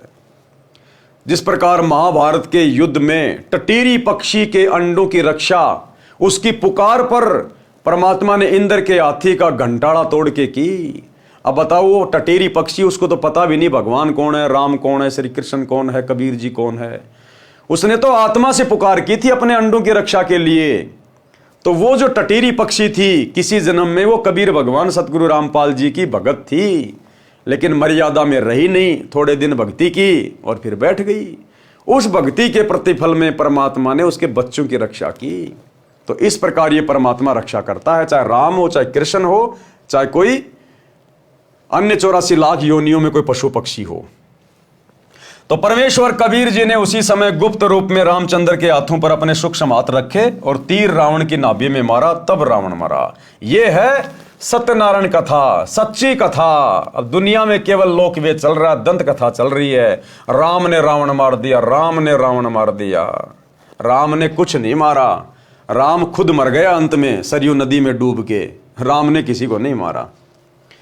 परमेश्वर कबीर जी की प्राप्ति के पश्चात संत गरीबदास जी गांव छुडानी, जिला झज्जर, हरियाणा प्रांत वाले ने परमेश्वर कबीर जी की महिमा बताई है। कबीर जी ने बताया है कि कबीर कहे मेरे हंस को दुख ना दीजिए कोई, संत दुखाए मैं दुखी, मेरा आपा भी दुखी होए। अब ये रामचंद्र किसी जन्म की इस कबीर परमात्मा सतगुरु रामपाल जी भगवान की अच्छी आत्मा थी। जब ये परमात्मा संत रूप में धरती पे आता है तो ये रामचंद्र वाली आत्मा उनकी शरण में थी। थोड़े बहुत दिन भक्ति की, फिर छोड़ छाड़ के भाग गया, लोकलाज में आके, दबाव में आके, जो भी कारण बना होगा। लेकिन वो भक्ति धन है। उस भक्ति के प्रतिफल में परमात्मा ने फिर जाकर उसकी सहायता की, क्योंकि परमात्मा के हंस को वहां दुखी किया जा रहा था, श्री रामचंद्र जी को। तो परमेश्वर फिर उसकी रक्षा के लिए आता ही आता है। पहुंचूंगा क्षण एक में जन अपने के काज, यानी अगर मेरे भगत के ऊपर कहीं भी कोई आपत्ति आएगी, दुख होगा, परेशानी होगी, तो परमात्मा कहते हैं एक क्षण में अपने भगत के लिए वहां पहुंच जाऊंगा मैं। 33 कोटि की बंद छुटाई रावण मार्या खेत, जो मेरे संत को दुखी करे वाका खोऊं वंश। हिरणाकुश उदर उदारिया मैं ही मार्या कंस, राम कृष्ण कबीर के शहजादे भक्ति हेत भये पियादे। भावार्थ, संत गरीबदास जी ने बताया है कि श्री रामचंद्र जी व श्री कृष्ण जी की सहायता उनके शुभ कर्मों के परिणाम स्वरूप कबीर जी ने की थी, क्योंकि श्री राम तथा श्री कृष्ण जी भी तो उसी सम्राट कबीर के शहजादे यानी राजकुमार हैं, अर्थात परमात्मा कबीर जी के सब जीव हैं। और राम कृष्ण यानी विष्णु तो अच्छी आत्मा है, उनकी भी रक्षा वही परमेश्वर कबीर जी करते हैं। वे जनता को सावधान करते हैं कि मेरे साधक को कोई कष्ट ना दे, भगत के कष्ट से मैं दुखी होता हूं, मैं अपने भगत की रक्षा करने के लिए एक क्षण यानी सेकंड में पहुंच जाऊंगा। इसी कारण जब श्री रामचंद्र से रावण नहीं मर रहा था तो गुप्त रूप में मैंने राम का हाथ पकड़कर रावण की नाभि में तीर मारा। क्या कह रहे हैं गुरुदेव? मैंने राम का हाथ पकड़कर रावण की नाभि में तीर मारा। रावण नहीं मर रहा था तो गुप्त रूप में मैंने राम का हाथ पकड़कर रावण की नाभि में तीर मारा था, जिससे रावण की मृत्यु हुई। राम की सेना को बल दिया यानी हिम्मत दी, परमात्मा ने शक्ति दी रामचंद्र जी की सेना को और हौसला दिया। इसी प्रकार कृष्ण की सहायता करके कंस को मैंने ही मारा था। कंस को किसने मारा था? श्री कृष्ण जी के रूप में, सूक्ष्म रूप में इसी कबीर भगवान सतगुरु रामपाल जी ने वध किया था। अन्यथा जिस समय श्री कृष्ण ने कंस को मारा था, कंस कितना शक्तिशाली था और श्री कृष्ण जी तो 12-13 साल का बच्चा था उस समय। अब बताओ बच्चा कैसे मार देता उसको? तो इसी कबीर भगवान सतगुरु रामपाल जी ने अपनी उस आत्मा की भी रक्षा की और कंस जैसे शक्तिशाली राक्षस का भी वध किया। इसी प्रकार कृष्ण की सहायता करके कंस को मैंने ही मारा था। जो मेरे भक्तों को सताएगा उसका कुल नाश कर दूंगा, यानी उसके खानदान को समाप्त कर दूंगा। आज रावण का खानदान समाप्त हो चुका है। आज रावण के खानदान में कोई दीपक जलाने वाला नहीं है, परमात्मा ने नष्ट कर दिया। आज कंस के खानदान में कोई दीपक जलाने वाला नहीं है, परमात्मा ने नष्ट कर दिया, क्योंकि उनकी वाणियां अमर वाणियां हैं। लंका का राज्य रावण के छोटे भ्राता विभीषण को दिया। सीता की अग्नि परीक्षा श्री रामचंद्र जी ने ली। यदि रावण ने सीता मिलन किया है तो अग्नि में जलकर मर जाएगी, यदि सीता पाक साफ है तो अग्नि में नहीं जलेगी। सीता जी अग्नि में नहीं जली। उपस्थित लाखों व्यक्तियों ने सीता माता की जय बुलाई। सीता सती की पदवी पाई। रावण का वध आसोज मास की शुक्ल पक्ष की 10वीं को हुआ। अब ये डेट आपको भाई और बहनों केवल सतगुरु रामपाल जी भगवान ही बता सकते हैं, क्योंकि मारने वाला ही तो बताएगा। ये आपको रामायण में नहीं मिलेगी डेट कि कौन से महीने की कौन सी जो है उसको तिथि को मरा था, क्योंकि मारने वाला कौन? सतगुरु रामपाल जी भगवान, ये कबीर परमात्मा तो यही बता सकता है। रावण के वध के 20 दिन बाद 14 वर्ष की वनवास अवधि पूरी करके श्री राम, लक्ष्मण और सीता पुष्पक विमान में बैठकर अयोध्या नगरी में आए। उस दिन कार्तिक मास की अमावस्या थी, यानी अंधेरी रात थी। उस काली अमावस्या को गाय के घी के दीप अपने अपने घरों के अंदर तथा ऊपर मंडेरों पर जलाकर श्री राम, सीता तथा लक्ष्मण के आगमन की खुशी मनाई। भरत ने अपने भाई श्री रामचंद्र जी को राज्य लौटा दिया।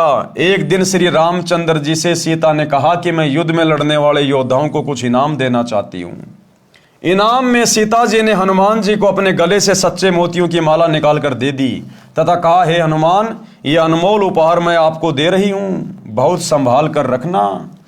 हनुमान जी ने उस माला का मोती तोड़ा, फिर फोड़ा, फिर दूसरा। देखते देखते सब मोती फोड़ फोड़ कर जमीन पर फेंक दिए। यानी हमारे आजकल के जो भाई बहन हैं, जो गुरुदेव के 30 साल तक इतने सत्संग सुनाने के बाद भी सोने चांदी पहनना नहीं छोड़ रहे, ये गहने पहनना नहीं छोड़ रहे, उनको शिक्षा लेनी चाहिए इस बात से। सीता जी ने हनुमान जी को अपने गले से सच्चे मोतियों की माला उतार कर दे दी उपहार के रूप में। हनुमान जी ने उस माला को फोड़ना शुरू कर दिया, तोड़ना शुरू कर दिया कि देखता हूं इनमें कहीं मेरे परमात्मा है या नहीं है। अगर मेरे भगवान इसमें नहीं है तो ये मेरे किसी काम की नहीं। इसी प्रकार आज गुरुदेव भगवान ने अपने सत्संगों में क्लियर कर दिया कि बच्चों, सोने में काल का निवास है और भक्तों ने सोना नहीं पहनना चाहिए, इसको तो घर में भी नहीं रखना चाहिए। उसके बावजूद भी सार नाम लेकर, सार शब्द लेकर भगत भाई बहन सोना चांदी पहनना नहीं छोड़ रहे, तो हम क्या सतलोक जाएंगे, क्या मुक्ति प्राप्त करेंगे? आप और हमसे तो हनुमान जी लाख गुना अच्छे भगत हैं। क्या किया हनुमान जी ने? उस माला का मोती तोड़ा, फिर फोड़ा, फिर दूसरा, देखते देखते सब मोती फोड़कर जमीन पर फेंक दिए। सीता जी को हनुमान जी का यह व्यवहार अच्छा नहीं लगा। क्रोध में भरकर कहने लगी कि हे मूर्ख, ये क्या कर दिया? ऐसे अनमोल माला का सर्वनाश कर दिया। तू वानर का वानर ही रहा, चला जा मेरी आंखों के सामने से। उस समय श्री रामचंद्र जी भी सीता जी के साथ ही सिंहासन पर विराजमान थे। अब जिस समय श्री हनुमान जी रामचंद्र जी के दूत बनकर लंका में गए और सीता जी का वो कंगन लेकर आए, खोज करके आए, तो क्या कहा था श्री रामचंद्र जी ने कि हे हनुमान, मैं तेरा ये उपकार कभी नहीं भूल पाऊंगा। अब देखना, भुला दिया उपकार को श्री रामचंद्र ने।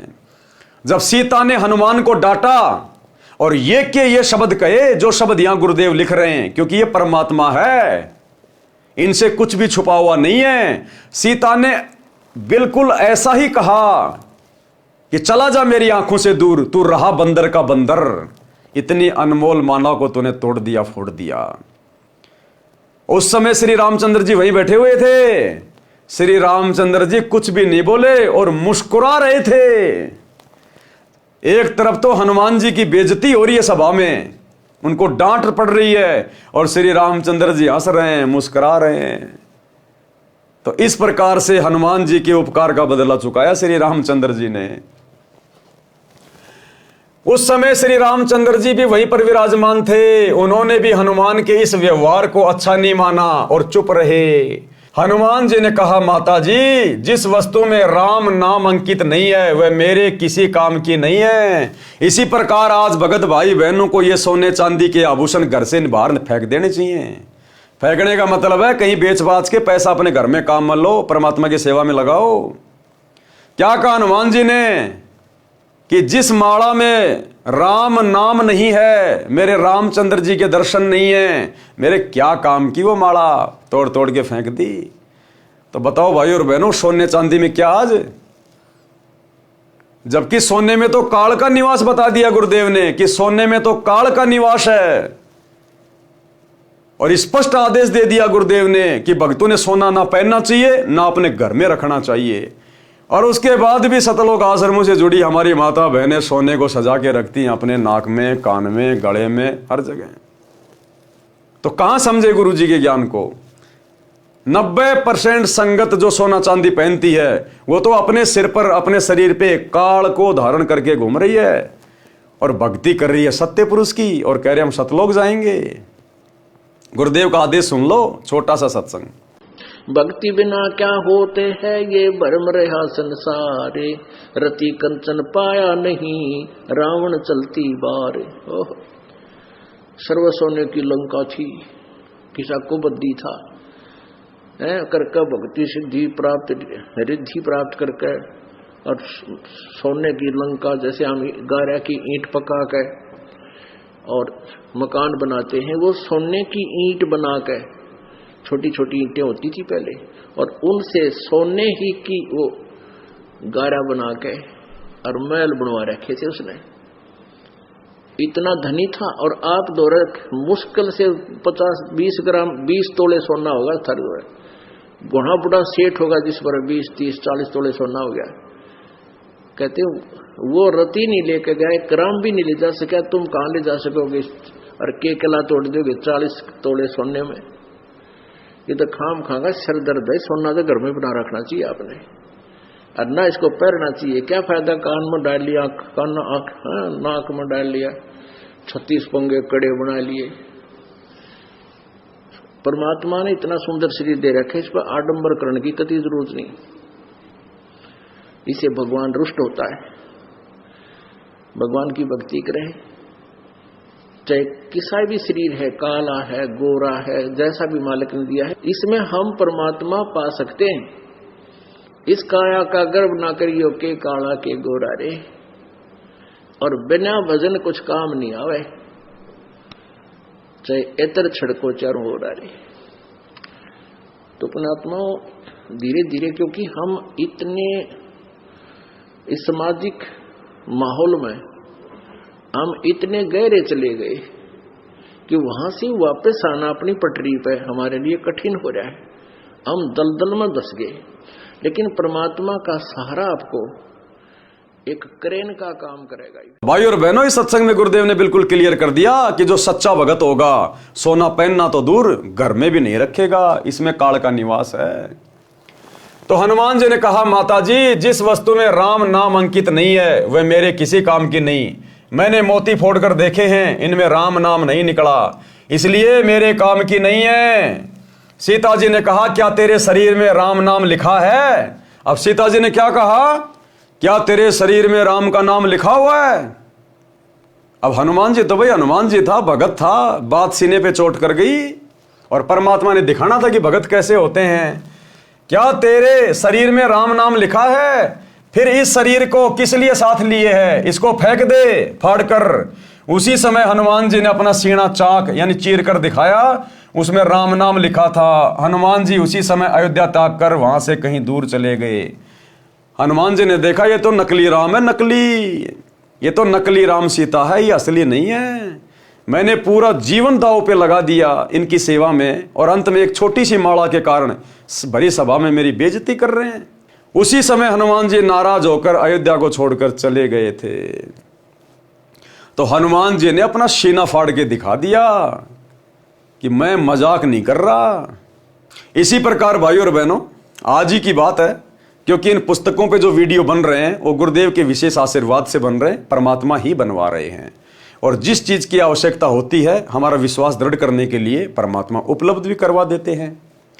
तो आज इस टॉपिक पे वीडियो बनना था, गुरुदेव भगवान को मालूम था। तो अभी 2 घंटे पहले जूली बहन ने दास के पास एक ऑडियो भेजी, परमात्मा ने उसको दिखाया जब वो भोग लगा रही थी। तो ठीक इसी विषय के ऊपर सीना फाड़ने वाली बात के ऊपर परमात्मा ने जूली बहन को दिखाया कि किस प्रकार एक भगत ने अपना सीना फाड़ के और सीने के अंदर सतगुरु रामपाल जी भगवान के दर्शन दिखाए। सुनिए छोटी सी ऑडियो। बंदी छोड़ सतगुरु रामपाल जी भगवान जी की जय हो बंदी छोड़ की लौट कोनी और की। सत्ताई भाई जी, दासी अभी परमात्मा जी को छोटी भोग आरती के साथ में भोग लगा रही थी, तो मालिक जी ने दर्शन दिए, परमात्मा जी ने दिखाया है। परमात्मा जी बैठे हैं बेड पे, आप जी के घर पर बेड पर बैठे हैं, और आप जी नीचे उनके चरणों में बैठे हो, और उनके चरण, एक चरण को पकड़ के आप खूब रो रहे हो, मतलब बहुत जोर जोर से रो रहे हो, उनके चरणों को छोड़ नहीं रहे हो। एक बार आपने एक वीडियो बनाया था जिस समय आपने कहा था कि हमने कहा था कि अगर हमारे गुरुजी को नहीं छोड़ा जाएगा, उसके ऊपर कोई आपने वीडियो बनाया था कि हम अपने परिवार के साथ में जान दे देंगे। तो परमात्मा ने सपने में आकर के कहा था, सामने प्रकट होकर के, कि बच्चा, हमने तुम्हें भक्ति के लिए जीवन दिया है, खत्म करने के लिए। ऐसी उसी तरह से उसमें आप रो रहे हो, बस इसी तरह से आप खूब रो रहे हो। परमात्मा जी चरण पकड़ो, जैसे आप कहते हो नहीं हो कि जैसे परमात्मा जी कहीं जा रहे हो ना तो हमें चरण पकड़ लेने, छोड़ने नहीं है। परमात्मा खूब हंस रहे हैं, बेटा छोड़ो छोड़ो, तुम आप जी नहीं छोड़ रहे हो, कस के पकड़े हो एक चरण को, खूब रो रहे हो, खूब जोर जोर से रो रहे हो, खूब आंसू ही बंद नहीं हो रहे आप जी के हैं, आप खूब रो रहे हो। फिर परमात्मा कह रहे, बेटा क्यों चरण पकड़े हो? तो आप जी कह रहे हो, दाता आपको छोड़ के जाने नहीं दूंगा, दास को साथ में लेके चलना।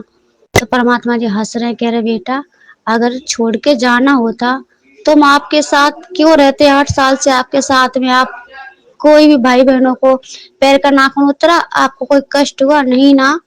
जैसे सूर्य आसमान में रहता है और सब जगह उसकी ऊर्जा होती है, इसी तरह तुम्हारा गुरु कहीं भी हो तुम्हारे साथ में, क्योंकि तुमने महसूस किया है, अपने गुरु को जाना है, उनकी महिमा को समझा, उनकी शक्ति को समझा, उनको समझा कि वो कौन शक्ति है। कबीर जी स्वयं सतगुरु रामपाल जी भगवान जी के रूप में प्रकट हैं। तो हम आपको छोड़कर क्यों जाएंगे? पर आप चरण नहीं छोड़ रहे हो, खूब रो रहे हो, बिल्कुल भी चरण नहीं छोड़ रहे हो। परमात्मा खूब खींच रहे हैं अपने चरण को, फिर भी आप नहीं छोड़ रहे हो।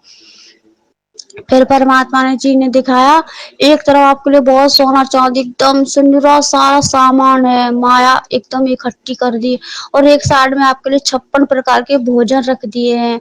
परमात्मा कह रहे बताओ इनमें से क्या चीज मंजूर है, आप जो चीज चाहिए आप ले सकते हो। आप जी कह रहे हो दास को आपकी चरणों की धूल चाहिए, आपके चरणों को धो धो करके दास पीता रहेगा। हमारे लिए 56 प्रकार का भोजन आपकी चरणों की धूल है, इसी को चाटते रहेंगे हमारे लिए, ये हमें माया नहीं चाहिए दाता, हम इस पे थूकते हैं। परमात्मा ने 3 बार कहा ले लो ले लो, आप जी ने मना कर दिया, नहीं मालिक क्षमा करना, आपकी हर बात दास मानेगा पर यह बात आपकी दास बिल्कुल नहीं मानेगा। और फिर आपने वो ना तो मतलब 56 प्रकार के भोजन में हाथ लगाया, ना ही आपने माया में हाथ लगाया। परमात्मा कह रहे चलो ठीक है, और भी सब भाई बहन बैठे हैं इसी तरह से, वो भी कर रहे हैं जैसे आप कर रहे हो। फिर परमात्मा ने कहा चलो ठीक है, आप हमसे कितना प्यार करते कितना प्रेम करते, हमारे लिए अपना अपना दिल निकालो। आपने चक्कू उठा लिया और आपसे कह रहे हो मालिक हम दिल तो आपको निकाल के दे देते अगर हमारा होता, पर ये दिल हमारा नहीं, ये तो आपका है। इस हृदय में आप विराजमान हो, आपका निवास है, और हम उस स्थान को हानि नहीं पहुंचा सकते जहाँ पे आप विराजमान हो। आपको हानि पहुंचाने से पहले हमारे शरीर के कतरे टुकड़े टुकड़े हो जाए, टुकड़े होकर गिर पड़े, हमारे शरीर से सांसें छूट जाएं, पर हम आपको आपको हानि नहीं पहुंचा सकते। और अगर आप कहो तो हम आपको सीना फाड़ के दिखाएंगे। तो आपने एकदम चक्कू सीने में मारा, जैसे हनुमान जी के हृदय में राम जी विराजमान थे, उसी तरह से परमात्मा सतगुरु रामपाल जी भगवान जी आपके हृदय में विराजमान है और मुस्कुरा रहे हैं। दासी ने देखी तस्वीर, ऐसी तस्वीर है, पैजामा कुर्ता पहने, उस पर काले कलर का, उस पर वो डाले हुए हैं गोछा, और आगे ऐसे आशीर्वाद दे रहे, वो वाली तस्वीर आपके हृदय में। सभी सच्चे भक्त भाई बहनों के हृदय में ऐसी, सबने अपने अपने हृदय को ऐसे देखा, तो परमात्मा खुश हुए, देख के खूब हंस रहे, पर आप चरण नहीं छोड़ रहे, चरणों को पकड़े हुए हो। परमात्मा कह रहे हमें ये देखना था और ये परीक्षा लेनी थी कि सच में आप हमारे साथ जाने के योग्य हुए हो या फिर दिखावा कर रहे हो। अभी तो तुम कह रहे हम परमात्मा को भगवान मानते, और कहीं हम ऐसा मतलब एक झटका मारे तो आप सबके सब गिर जाओ, और आप सब पास हुए इस परीक्षा में। आप सच में हमें भगवान मानते हो। तो आप जी कह रहे हो परमात्मा शरीर का हर टुकड़ा टुकड़ा, रोम रोम, खून का कतरा कतरा आपको भगवान मानता है, हम आपको नहीं छोड़ सकते। कितने असंख्यों युग निकल गए भटकते भटकते, अब जाके आपने हम नीचों पे अपनी दया बख्शी, आपने पहचान कराई मेरे मालिक। हमारी तो क्या औकात, हम तो मिट्टी के पुतले हैं, आपकी दया कृपा से आपने अपनी पहचान कराई है मालिक, हम आपको नहीं छोड़ सकते। फिर परमात्मा जी कह रहे हैं कि आप जी चरण नहीं छोड़ोगे और हम चलेंगे तो हमारे साथ आप भी खचरोगे, तो आपको चोट लगेगी। तो आप जी कह रहे नहीं मालिक, अब भगवान के होते उनके भक्तों को कुछ चोट तो छू भी नहीं सकती, अगर हम आपके साथ खचरेंगे तो हमारे फूल जैसा शरीर होगा, फूल चुभेंगे, हमारे शरीर में मिट्टी नहीं चुभेगी। जिस स्थान पर आप अपने चरण रखते हो वो वहां पे मिट्टी कंकड़ नहीं होते, वो फूल बन जाता है, और फूल में चलने से कैसी चोट। पर आपने चरणों को छोड़ा नहीं और रोए जा रहे हो, रोए जा रहे हो। परमात्मा जी ताज लिए अपने हाथों में और आप जी को कह रहे बेटा ये ताज हम आपको पहनाएंगे। आप जी ने हाथ जोड़कर दंडवत प्रणाम करके आपने मना कर दिया कि हे परमात्मा इस दास को क्षमा करना, इस ताज के अधिकारी आप जी हो, ना कि ये दास, ये तो कुत्ता है, और हमारे ताज आपके चरणों की धूल ही इस दास के सर का ताज है। ये कह के परमात्मा ने कहा नहीं बेटा ये ताज हमने खासकर आपके लिए ही मंगाया है। तो आप जी ने कह दिया नहीं मालिक ये दास ये ताज नहीं पहन सकता। इतना कह के आपने परमात्मा जी के चरणों की धूल लेकर अपने सर पे डाल ली और बोले कि हे बंदी छोड़ मेरे परमपिता परमेश्वर, आपके चरणों की धूल ही इस दास के सर की ताज है। फिर परमात्मा इस बात से खूब खुश हुए और आपको सीने से लगा लिया। बस इतना ही परमात्मा ने दिखाया था। बंदी छोड़ सतगुरु रामपाल जी भगवान जी की जय हो। सीता जी ने कहा क्या तेरे शरीर में राम नाम लिखा है? फिर इस शरीर को किस लिए साथ लिए है? इसको फेंक दे फाड़ कर। उसी समय हनुमान जी ने अपना सीना चीर कर दिखाया, उसमें राम नाम लिखा था। हनुमान जी उसी समय अयोध्या त्याग कर वहां से कहीं दूर चले गए। श्री रामचंद्र जी अपनी अयोध्या नगरी की जनता के दुख दर्द जानने के लिए गुप्त रूप से रात्रि के समय वेश बदलकर घूमा करते थे। कुछ वर्ष उपरांत जब राजा रामचंद्र जी रात्रि में अयोध्या की गलियों में विचरण कर रहे थे, एक घर से ऊंची ऊंची आवाज आ रही थी। राजा रामचंद्र जी ने निकट जाकर वार्ता सुनी। एक धोबी की पत्नी झगड़ा करके घर से चली गई थी। वह 2-3 दिन अपनी बहन के घर रही, फिर लौट आई। धोबी उसकी पिटाई कर रहा था और कह रहा था कि निकल जा मेरे घर से, तू तो रात बाहर रह कर आई है, 2 रात बाहर रह के आई है, मैं तेरे को घर में नहीं रखूंगा, तू कलंकित है। वह कह रही थी, मुझे सौगंध भगवान की, सौगंध है राजा राम की, मैं पाक साफ हूं, आपने मारा तो मैं गुस्से से अपनी बहन के घर चली गई थी, मैं निर्दोष हूं। धोबी ने कहा, मैं दशरथ पुत्र रामचंद्र का बेटा नहीं हूं जो अपनी कलंकित पत्नी को घर ले आया है, जो वर्षों रावण के साथ रही थी। अयोध्या नगरी के सब लोग लुगाई चर्चा कर रहे हैं, क्या जीना है ऐसे व्यक्ति का जिसकी पत्नी अपवित्र हो गई हो। राजा राम ने धोबी के मुख से ये बात सुनी तो कानों में मानो गरम तेल डाल दिया हो। अगले दिन रामचंद्र जी ने सभा बुलाई तथा नगरी में चल रही चर्चा के विषय में बताया और कहा कि यह चर्चा तब बंद हो सकती है जब मैं सीता को घर से निकाल दूंगा। इसको कहते हैं लोक लाज। ये लोक लाज भक्ति मार्ग में, मोक्ष मार्ग में इतनी भयंकर चीज है, इतनी बड़ी बाधा है कि 3 लोक के भगवान भी लोक लाज से नहीं बच पाए। लोक लाज में आकर कि लोग मेरे बारे में क्या कह रहे हैं, मेरी बेइज्जती हो रही है प्रजा में, वो लोक लाज सहन नहीं हो पाई, अपनी निंदा सहन नहीं कर पाया श्री रामचंद्र। और अपनी गर्भवती औरत को जो कि अग्नि परीक्षा लेकर लाया था, मात्र लोकलाज में आकर और गर्भवती सीता को अयोध्या से जंगल में निकाल दिया। ये लोकलाज इतनी भयंकर बीमारी है। इसलिए गुरुदेव कहते हैं, लोकलाज ना कीजिए, निर्भय हो रहिए, जो मन चावे राम को दाशा तंदरिए। कुलकर्णी के कारणे हंसा गया बिगोय, फिर यो कुल के कर लेगा जब तू 4 पाए का होए। तो भाई और बहनों, हमने लोकलाज को नहीं देखना, हमने समाज को नहीं देखना, कोई हमारी कितनी निंदा चुगली करे। हमें पता है, ज्ञान हमें दिया है गुरुदेव ने, हमें पता कि हम जिस मार्ग पे चल रहे हैं ये मोक्ष मार्ग है और काल इतनी आसानी से हमें मोक्ष प्राप्त नहीं करने देगा। वो हर प्रकार से हर बीमारी को हमारे पीछे लगाएगा। तो हमने समाज को नहीं देखना, रिश्तेदारों को नहीं देखना, भक्तिहीन लोगों की व्यर्थ की बातों को नहीं सुनना। वो भोगते रहेंगे जैसे हाथी चलता है, कुत्ते भोगते रहते हैं, हाथी परवाह भी नहीं करता। अगले दिन रामचंद्र जी ने सभा बुलाई तथा नगरी में चल रही चर्चा के विषय में बताया और कहा कि यह चर्चा तब बंद हो सकती है जब मैं सीता को घर से निकाल दूंगा। उसी समय सीता जी को सभा में बुलाया गया तथा घर से निकालने का आदेश दे दिया। अब बताओ, ये भाई बहन ब्याह शादी में 7 फेरे काटते हैं। 7 फेरों का क्या मतलब होता है? 7 जन्म में तेरा साथ निभाऊंगा। तुम्हारे श्री रामचंद्र जी ने तो नहीं निभाया, एक ही जन्म नहीं निभाया, उसी जन्म में सीता जी को छोड़ दिया। तुम कहां से 7 जन्म निभाओगे? तो यह भी एक काल का बंधन है। हम भगत भाई बहनों ने जब रमणीयां होती हैं, शादी होती हैं, तो हम भगत भाई बहनों ने भूल कर भी 7 फेरे नहीं लेने, भूल कर भी। अरे फिर मोक्ष क्या खाक प्राप्त करोगे? 7 फेरे काटने का मतलब है मैं इस औरत के साथ में 7 जन्म तक अपना वायदा पूरा करूंगा, 7 जन्म तक मैं इसका साथ निभाऊंगा। नालायको, हमने तो इसी जन्म में सतलोक जाना, तुम एडवांस में 7 जन्म की काल के लोक में बुकिंग करवा रहे हो। तो कोई मूर्ख भगत होगा, मंद बुद्धि भगत होगा, जाहिल भगत होगा जो रमेणी में 7 फेरे लेगा, चक्कर काटेगा अपने गुरुजी की फोटो के सामने। उसी समय सीता जी को सभा में बुलाया गया तथा घर से निकलने का आदेश दे दिया, कारण भी बता दिया। सीता जी ने विनय भी की कि हे स्वामी, आपने मेरी अग्नि परीक्षा भी ली थी, मैं भी आत्मा से कहती हूं रावण ने मेरे साथ मिलन नहीं किया। बताओ, रामचंद्र जी को हकीकत का पता था कि सीता पाक साफ है, अग्नि परीक्षा हो चुकी थी, फिर भी उसने अपनी औरत को घर से बाहर निकाल दिया।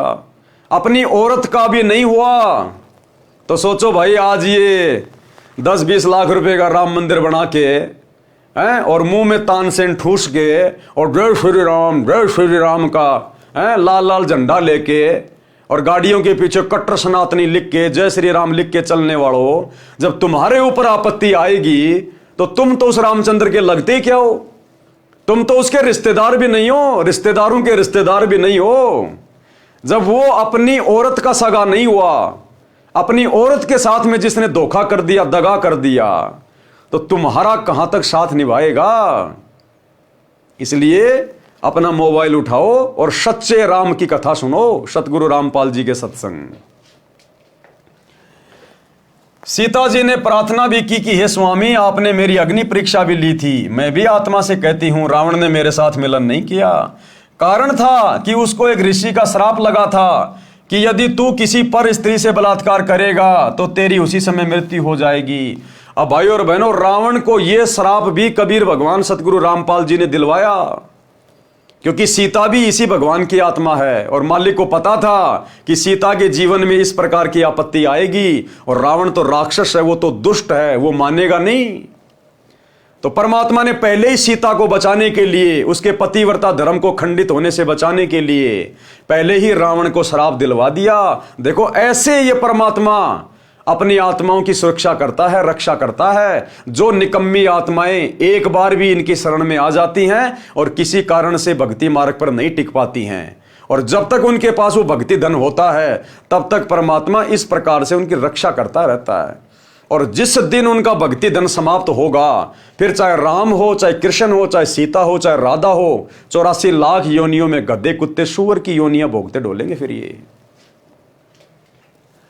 यदि पर स्त्री की सहमति से मिलन करेगा तो ऐसा नहीं होगा, जिस कारण से रावण मुझे छू भी नहीं सका मिलन के लिए। हे प्रभु, मैं गर्भवती हूं, ऐसी स्थिति में कहां जाऊंगी? रावण जैसे व्यक्तियों का अभाव नहीं है। रामचंद्र जी आदेश देकर सभा छोड़कर चले गए। रामचंद्र जी अपना आदेश सुना के सीता की बात नहीं सुनी, सभा छोड़ के चले गए। तो वर्तमान में रामचंद्र जी के जो फॉलोवर हैं, भाई अपने भविष्य के बारे में पहले सोच लेना। श्री रामचंद्र जी आदेश देकर सभा छोड़कर चले गए। कहते गए कि मैं निंदा का पात्र नहीं बनना चाहता, मेरे कुल को दाग लगेगा। अब उस समय तो निंदा का पात्र होने से बच गया, अपने कुल पे दाग लगाने से बच गया, लेकिन ये कथा बन गई। अब दुनिया से कैसे बचेगा? आज पूरी दुनिया में निंदा का पात्र हो गया, आज पूरी दुनिया में दाग लग गया श्री रामचंद्र जी के चरित्र के ऊपर। क्या ऐसे होते हैं मर्यादा पुरुषोत्तम? कहते हैं मर्यादा पुरुषोत्तम श्री राम, ये मर्यादा है अपनी गर्भवती औरत को घर से बाहर निकालना। देखिए, आज कोई रामचंद्र जी का फॉलोवर निकालो अपनी औरत को, अपने किसी पड़ोसी के कहने से अपनी गर्भवती औरत को आज निकाल के दिखाओ ना कोई। अगर उस समय मान जाता सीता की बात तो केवल अयोध्या में ही निंदा का पात्र होता, लेकिन आज तो पूरी दुनिया में निंदा का पात्र बन गया, पूरी दुनिया में। रामचंद्र जी आदेश देकर सभा छोड़कर चले गए। कहते गए कि मैं निंदा का पात्र नहीं बनना चाहता, मेरे कुल को दाग लगेगा। आज कौन सी शाबाशी मिल रही है? और 2028 के बाद देखना क्या शाबाशी मिलेगी, जब पूरी दुनिया में ये सतगुरु रामपाल जी भगवान की ये कथाएं जाएंगी, पूरी दुनिया में सतगुरु रामपाल जी भगवान की भक्ति होगी, तब देखना असली दाग तो उस समय लगेगा जब पूरा संसार जानेगा ये झूठी राम कहानियां। सीता जी को धरती भी पैरों से खिसकती नजर आई, आसमान में अंधेरा छाया दिखाई दिया, संसार में कुछ दिनों का जीवन शेष लगा। सीता अयोध्या छोड़कर चल पड़ी, मुड़ मुड़कर अपने राम को तथा उसके महलों को देखने की कोशिश करती रही, और दूर जंगल में जाकर ऋषि वाल्मीकि जी की कुटिया के निकट थक कर गिर गई, अचेत हो गई। ऋषि वाल्मीकि स्नान करने के लिए आश्रम से निकले, सामने एक युवती गर्भ अवस्था में अचेत पड़ी देखकर निकट गए।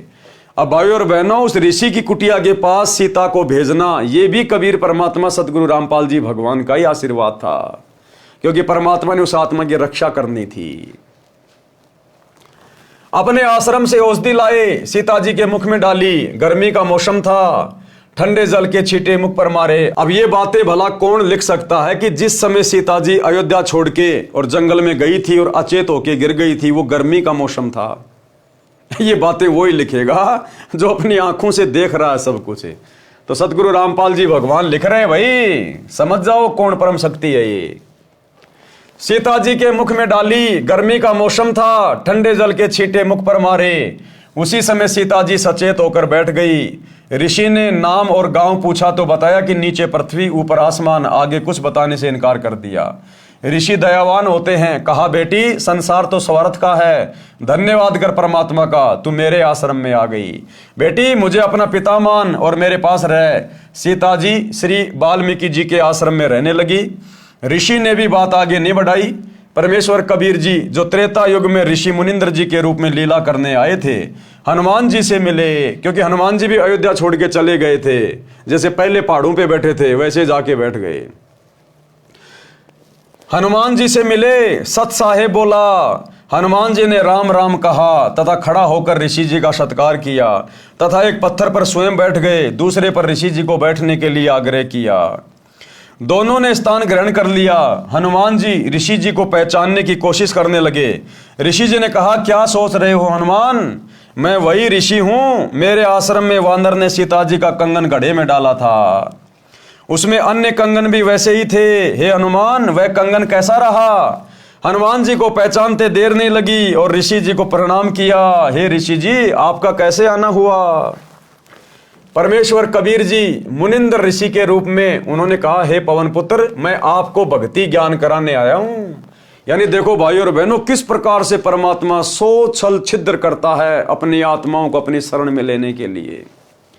शुरुआत में धर्मदास जी ने क्या कहा कबीर परमात्मा को कि मैंने सुना है कि आपने त्रेता युग में हनुमान जी को भी अपने शरण में लिया था। हे भगवान वो तो रामचंद्र जी का वो तो कट्टर भगत था, उसको शरण में लेना तो सूर्य को पूर्व की बजाय पश्चिम से उदय करना है, आपने कैसे शरण में लिया उसको? तो ये सारा खेल खेला परमात्मा ने, सारा खेल खेला परमात्मा ने। सीता के द्वारा हनुमान जी को बेइज्जत करवाया इस कबीर भगवान ने, ताकि हनुमान जी वहां से खिन्न होकर नाराज होकर वहां से अयोध्या छोड़ के चल पड़े। क्योंकि उसी समय हनुमान जी कबीर परमात्मा मुनिंद्र जी की बातों पे यकीन कर सकते थे, उनकी बातें सुन सकते थे, सृष्टि रचना को सुन सकते थे। अयोध्या में यदि आराम से रहते, मौज मस्ती में रहते, सीता उनको कुछ ना बोलती, तो हनुमान जी के सिर से श्री रामचंद्र जी का भूत कभी भी नीचे नहीं उतरता और कभी भी वो परमात्मा की बातें नहीं सुनता। तो कहते सो छल छिद्र मैं करूं अपने जन के काज। तो कबीर परमात्मा ने सारा सब कुछ बता दिया, तो हनुमान जी को पहचानने में देर नहीं लगी। और क्या कहा फिर परमात्मा ने? मुनिंद्र ऋषि रूप में परमेश्वर कबीर जी ने कहा, हे पवन पुत्र मैं आपको भक्ति ज्ञान कराने आया हूं। आप जिस दशरथ पुत्र रामचंद्र की पूजा पूर्ण परमात्मा मानकर कर रहे हो, आप धोखे में हो। जो जन्मता मरता है वह पूर्ण परमात्मा नहीं हो सकता। क्या कह रहे हैं गुरुदेव? जो जन्मता मरता है वो पूर्ण परमात्मा नहीं हो सकता। इसलिए हम सत्सेवक भाई बहन बार बार कहते हैं कि भाई अपने गुरुजी सतगुरु रामपाल जी भगवान को जन्म और मरण में मानने वाला मूर्ख भगत है, मूर्ख है। खुद गुरुजी लिख रहे हैं कि जो जन्मता और मरता है वो पूर्ण परमात्मा नहीं हो सकता। तो ये लाखों की संगत जो सतलोक आश्रमों में आ रही है, जा रही है, ज्ञान को आधार बना नहीं रही।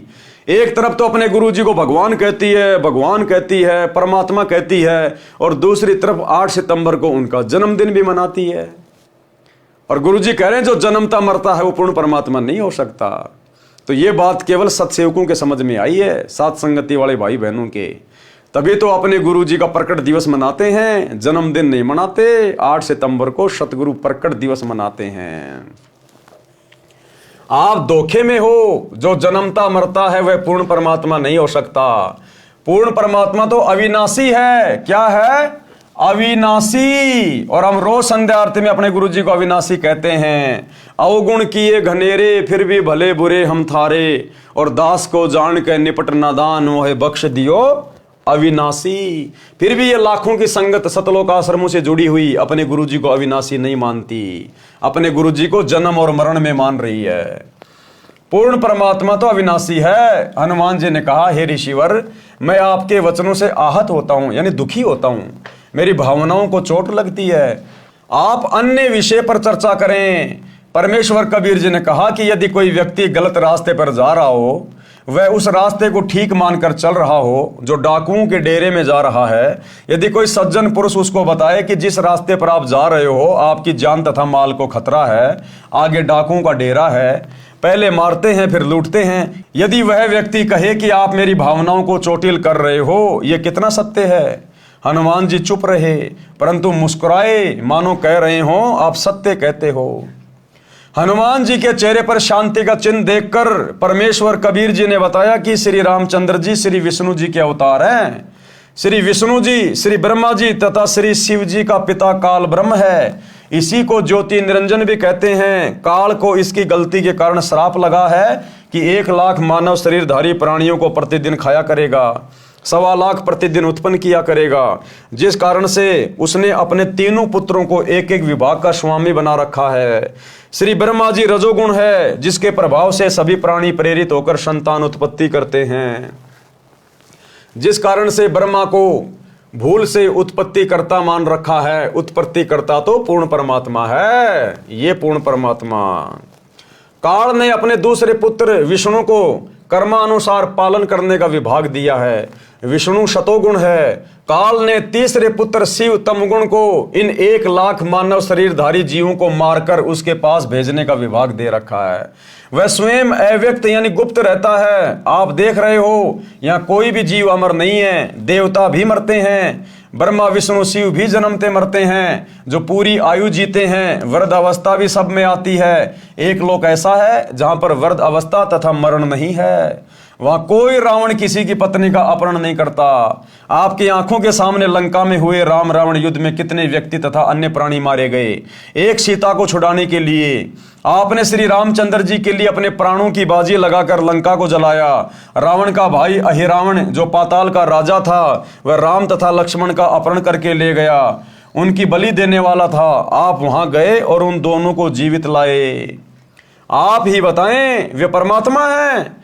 जिस समय नाग फांस शस्त्र के छोड़ने से सर्पों ने श्री राम तथा आप तथा सर्व सेना व लक्ष्मण तक को बांध दिया था, सर्प आप सबको जकड़े हुए थे, आप सब विवश थे। कुछ समय में आप सबको रावण की सेना आसानी से काट डालती। उस समय गरुड़ को पुकारा गया, उसने नागों को काटा, आप तथा रामचंद्र बंधन मुक्त हुए। यदि परमात्मा इतना विवश है कि अपना बंधन नहीं काट सकता, तो पुजारियों का क्या होगा, विचार करो। काटे बंधन विपत में कठिन कियो संग्राम, चीनो रे नर प्राणियों गरुड़ बड़ो या राम। शब्दार्थ, इस वाणी का शब्दार्थ ऊपर किया गया है। हनुमान जी ने कहा, ऋषि जी, समुद्र पर पुल बनाना क्या आम आदमी का कार्य है? यह परमात्मा बिना नहीं बनाया जा सकता। अर्थात हनुमान जी कह रहे थे कि समुद्र पे पुल श्री रामचंद्र जी ने बना दिया, ये कोई सामान्य बात है क्या? क्या वो परमात्मा नहीं है? समुद्र पाट लंका गयो सीता को भरतार, अगस्त ऋषि सातु पिए इनमें कौन करतार। तो क्या कहा फिर परमात्मा ने? यदि आप समुद्र के ऊपर सेतु बनाने से श्री रामचंद्र जी को परमात्मा मानते हो, तो अगस्त ऋषि ने 7 सागरों को पी लिया था, इनमें कौन है परमात्मा? ऋषि मुनिंद्र जी ने बताया कि आप भूल गए क्या? एक ऋषि आए थे, उन्होंने एक पर्वत के पत्थरों को अपनी डंडी से रेखा खींचकर हल्का किया था, तब पत्थर तैरे थे, तब पुल बना था। रामचंद्र तो 3 दिन से रास्ता मांग रहे थे, समुद्र ने ही बताया था नल नील के विषय में। हनुमान जी ने कहा कि वह तो विश्वकर्मा जी थे जो वेश बदलकर श्री रामचंद्र जी के बुलाने पर आए थे। परमेश्वर कबीर जी ने कहा कि श्री विश्वकर्मा जी तो पुल का निर्माण कर सकता है, जल के ऊपर पत्थर नहीं तैरा सकता। नल नील के हाथों में शक्ति थी, उनके हाथों से डाली गई वस्तु जल के ऊपर तैरा करती थी। उस दिन उनमें अभिमान आ गया, उनकी शक्ति समाप्त हो गई थी, वह आशीर्वाद मेरा ही था। हनुमान जी ने कहा, क्या आप ऋषि मुनिंद्र जी हैं? फिर हनुमान जी को सब कुछ याद आ गया, बोला क्या आप वही मुनिंद्र ऋषि हैं? परमेश्वर जी ने कहा, हाँ। मुनिंद्र जी ने कहा कि आपने अपने प्राणों की परवाह ना करके राम जी के लिए क्या नहीं किया? जब सीता ने आपको अपशब्द कहे और घर छोड़ने को कहा, उस समय श्री राम वहीं विराजमान थे, एक शब्द भी नहीं कहा कि सीता ऐसा ना कर। पवन सुत अंदर से तो मान रहे थे, परंतु ऊपर से कह रहे थे कि ऋषि जी किसी की आलोचना नहीं करनी चाहिए। मुनिंदर जी ने कहा कि सत्य कहना आलोचना नहीं होती। यदि श्री रामचंद्र और सीता के अंदर अच्छे इंसान वाले गुण भी होते। अब भाइयों और बहनों, भगवान की बातें तो बहुत दूर है, गुरुदेव ने स्पष्ट कर दिया उनमें तो एक अच्छे इंसान के भी गुण नहीं थे श्री राम और सीता में। अगर एक अच्छे इंसान के भी गुण होते तो हनुमान जी का जीवन भर उपकार नहीं भूलते, लेकिन बेचारी की बेइज्जती की वहां पर। तो क्या कह रहे हैं गुरुदेव, यदि श्री रामचंद्र और सीता के अंदर अच्छे इंसान वाले गुण भी होते तो भी आपका आजीवन एहसान मानते और अपने चरणों में रखते। आप तो उनके बिना जीना भी उचित नहीं मानते। और सुनो, आपके साथ जैसा व्यवहार किया उसका फल भी सीता तथा रामचंद्र जी को मिल गया, क्योंकि हनुमान जी को नहीं पता था कि मेरे आने के बाद में श्री राम ने सीता को जंगल में निकाल दिया है। तो परमात्मा ने बताई फिर वो बात मुनिंदर ऋषि रूप में कि जैसा व्यवहार श्री रामचंद्र ने और सीता ने तेरे साथ किया था ना, उसका फल भी उनको मिल गया, सीता को भी उसका फल मिल गया। कुछ वर्षों के पश्चात सीता को श्री राम ने घर से निकाल दिया। उस समय वह गर्भवती थी। ये सुनकर हनुमान जी की आंखों से आंसू निकल आए और ऋषि जी के चरणों में गिर गए, कुछ नहीं बोले। अयोध्या वासियों ने 2 वर्ष दीपावली और दशहरा मनाया था, उसके पश्चात बंद कर दिया था कि जिस देवी के लिए रावण मारा, आज वह फिर कितने रावणों का कष्ट झेलेगी। दीपमाला खुशी का प्रतीक है। जब राजा और रानी भिन्न भिन्न हो गए तो न दीपावली राजा को अच्छी लगे और न प्रजा को, इसलिए दीपावली का पर्व उसी समय से बंद हो गया था। और हमारे सनातनी भाई अभी तक दीपावली का डंका पीट रहे हैं। जो 2 वर्ष मनाया था उसी के आधार से भोली जनता ये पर्व मना रही है। इसी प्रकार दशहरा तथा रावण दहन की परंपरा चली आ रही है। यदि किसी के घर पर किसी जवान की मृत्यु हो जाती है तो वह परिवार तथा रिश्तेदार कोई त्योहार नहीं मनाते। हनुमान जी ने कहा, प्रभु परमेश्वर की चर्चा करो। कबीर परमेश्वर जी ने सृष्टि रचना सुनाई। सत्य कथा सुनकर हनुमान जी गदगद हुए। सतलोक देखने की प्रार्थना की। परमेश्वर आकाश में उड़ गए, हनुमान जी देख रहे थे। कुछ देर अंतर ध्यान हो गए। हनुमान जी चिंतित हो गए कि अब ये ऋषि कैसे मिलेंगे। इतने में आकाश में विशेष प्रकाश दिखाई दिया। हनुमान जी को दिव्य दृष्टि देकर सतलोक दिखाया। ऋषि मुनिंद्र जी सिंहासन पर बैठे दिखाई दिए। उनके शरीर का प्रकाश अत्यधिक था। सिर पर मुकुट तथा राजाओं की तरह छत्र था। कुछ देर वह दृश्य दिखाकर दिव्य दृष्टि समाप्त कर दी। मुनिंद्र जी नीचे आए। हनुमान जी को विश्वास हुआ कि यह परमेश्वर है, सतलोक सुख का स्थान है। परमेश्वर कबीर जी से दीक्षा ली, अपना जीवन धन्य किया, मुक्ति के अधिकारी हुए। इस प्रकार पवित्र आत्मा परमार्थी स्वभाव हनुमान जी को परमेश्वर कबीर जी ने अपनी शरण में लिया। परमार्थी आत्मा को संसार तथा काल के स्वामी भले ही परोपकार का फल नहीं देते, परंतु परमेश्वर ऐसी आत्माओं को शरण में अवश्य लेते हैं, क्योंकि ऐसी आत्मा ही परम भगत बनकर भक्ति करते हैं। ऐसी आत्मा, हनुमान जैसी आत्मा ही परम भगत बनकर फिर भक्ति करते हैं और मोक्ष प्राप्त करते हैं। सांसारिक व्यक्ति जो परमार्थी को धोखा देते हैं वे आजीवन कष्टमय जीवन व्यतीत करते हैं। श्री रामचंद्र जी को अंत समय में अपने ही पुत्रों लव तथा कुश से पराजय का मुंह देखना पड़ा। सीता जी ने उनके दर्शन करना भी उचित नहीं समझा। देखते देखते पृथ्वी में समा गई। इस गलानी से श्री रामचंद्र जी ने अयोध्या के पास बह रही सरयू नदी में छलांग लगाकर अपनी जीवन लीला जल समाधि लेकर समाप्त की। अंत में नदी में डूबकर दुखी होकर श्री रामचंद्र जी ने अपने जीवन का एंड कर लिया। और देखो भाई और बहनों, अब हनुमान जी को मनुष्य जन्म मिलेगा। अब हनुमान जी ने जितना बलिदान, जितना त्याग श्री रामचंद्र जी के लिए किया और त्रेता में परमात्मा की शरण में आ गया था, भक्ति का बीज उसने डलवा लिया था। अब उस हनुमान जी का जन्म इस कलयुग की पिछली पीढ़ी में होगा या हो गया होगा। परमार्थी हनुमान जी को निस्वार्थ दुखियों की सहायता करने का फल मिला। परमात्मा स्वयं आए, मोक्ष मार्ग बताया, जीव का कल्याण हुआ। हनुमान जी फिर मानव जीवन प्राप्त करेंगे। क्या कह रहे हैं गुरुदेव? हनुमान जी फिर मानव जीवन प्राप्त करेंगे। तब परमेश्वर कबीर जी उनको शरण में लेकर मुक्त करेंगे। उस आत्मा में सत्य भक्ति बीज डल चुका है। तो भाइयों और बहनों, कितनी अच्छी और अनमोल कथा और कितनी सटीक और संक्षेप में जानकारी, सत्य जानकारी गुरुदेव भगवान ने अपने कर कमल से इस पुस्तक में लिखकर हम तक पहुंचाई है। और वीडियो के माध्यम से हम सारी सच्चाई जान पा रहे हैं और हमारा विश्वास हमारे गुरुदेव भगवान के ऊपर दृढ़ होता जा रहा है। तो भाई और बहनों, इसी प्रकार से वीडियो बनते रहेंगे, आप जी वीडियो देखते रहिए। आगे का वीडियो कल रात्रि 8 बजे शुरू होगा। तब तक गुरुदेव भगवान हम सबको आज्ञा दें, इजाजत दें, सद्बुद्धि दें, आशीर्वाद दें। बंदी छोड़ सतगुरु रामपाल जी भगवान की जय हो।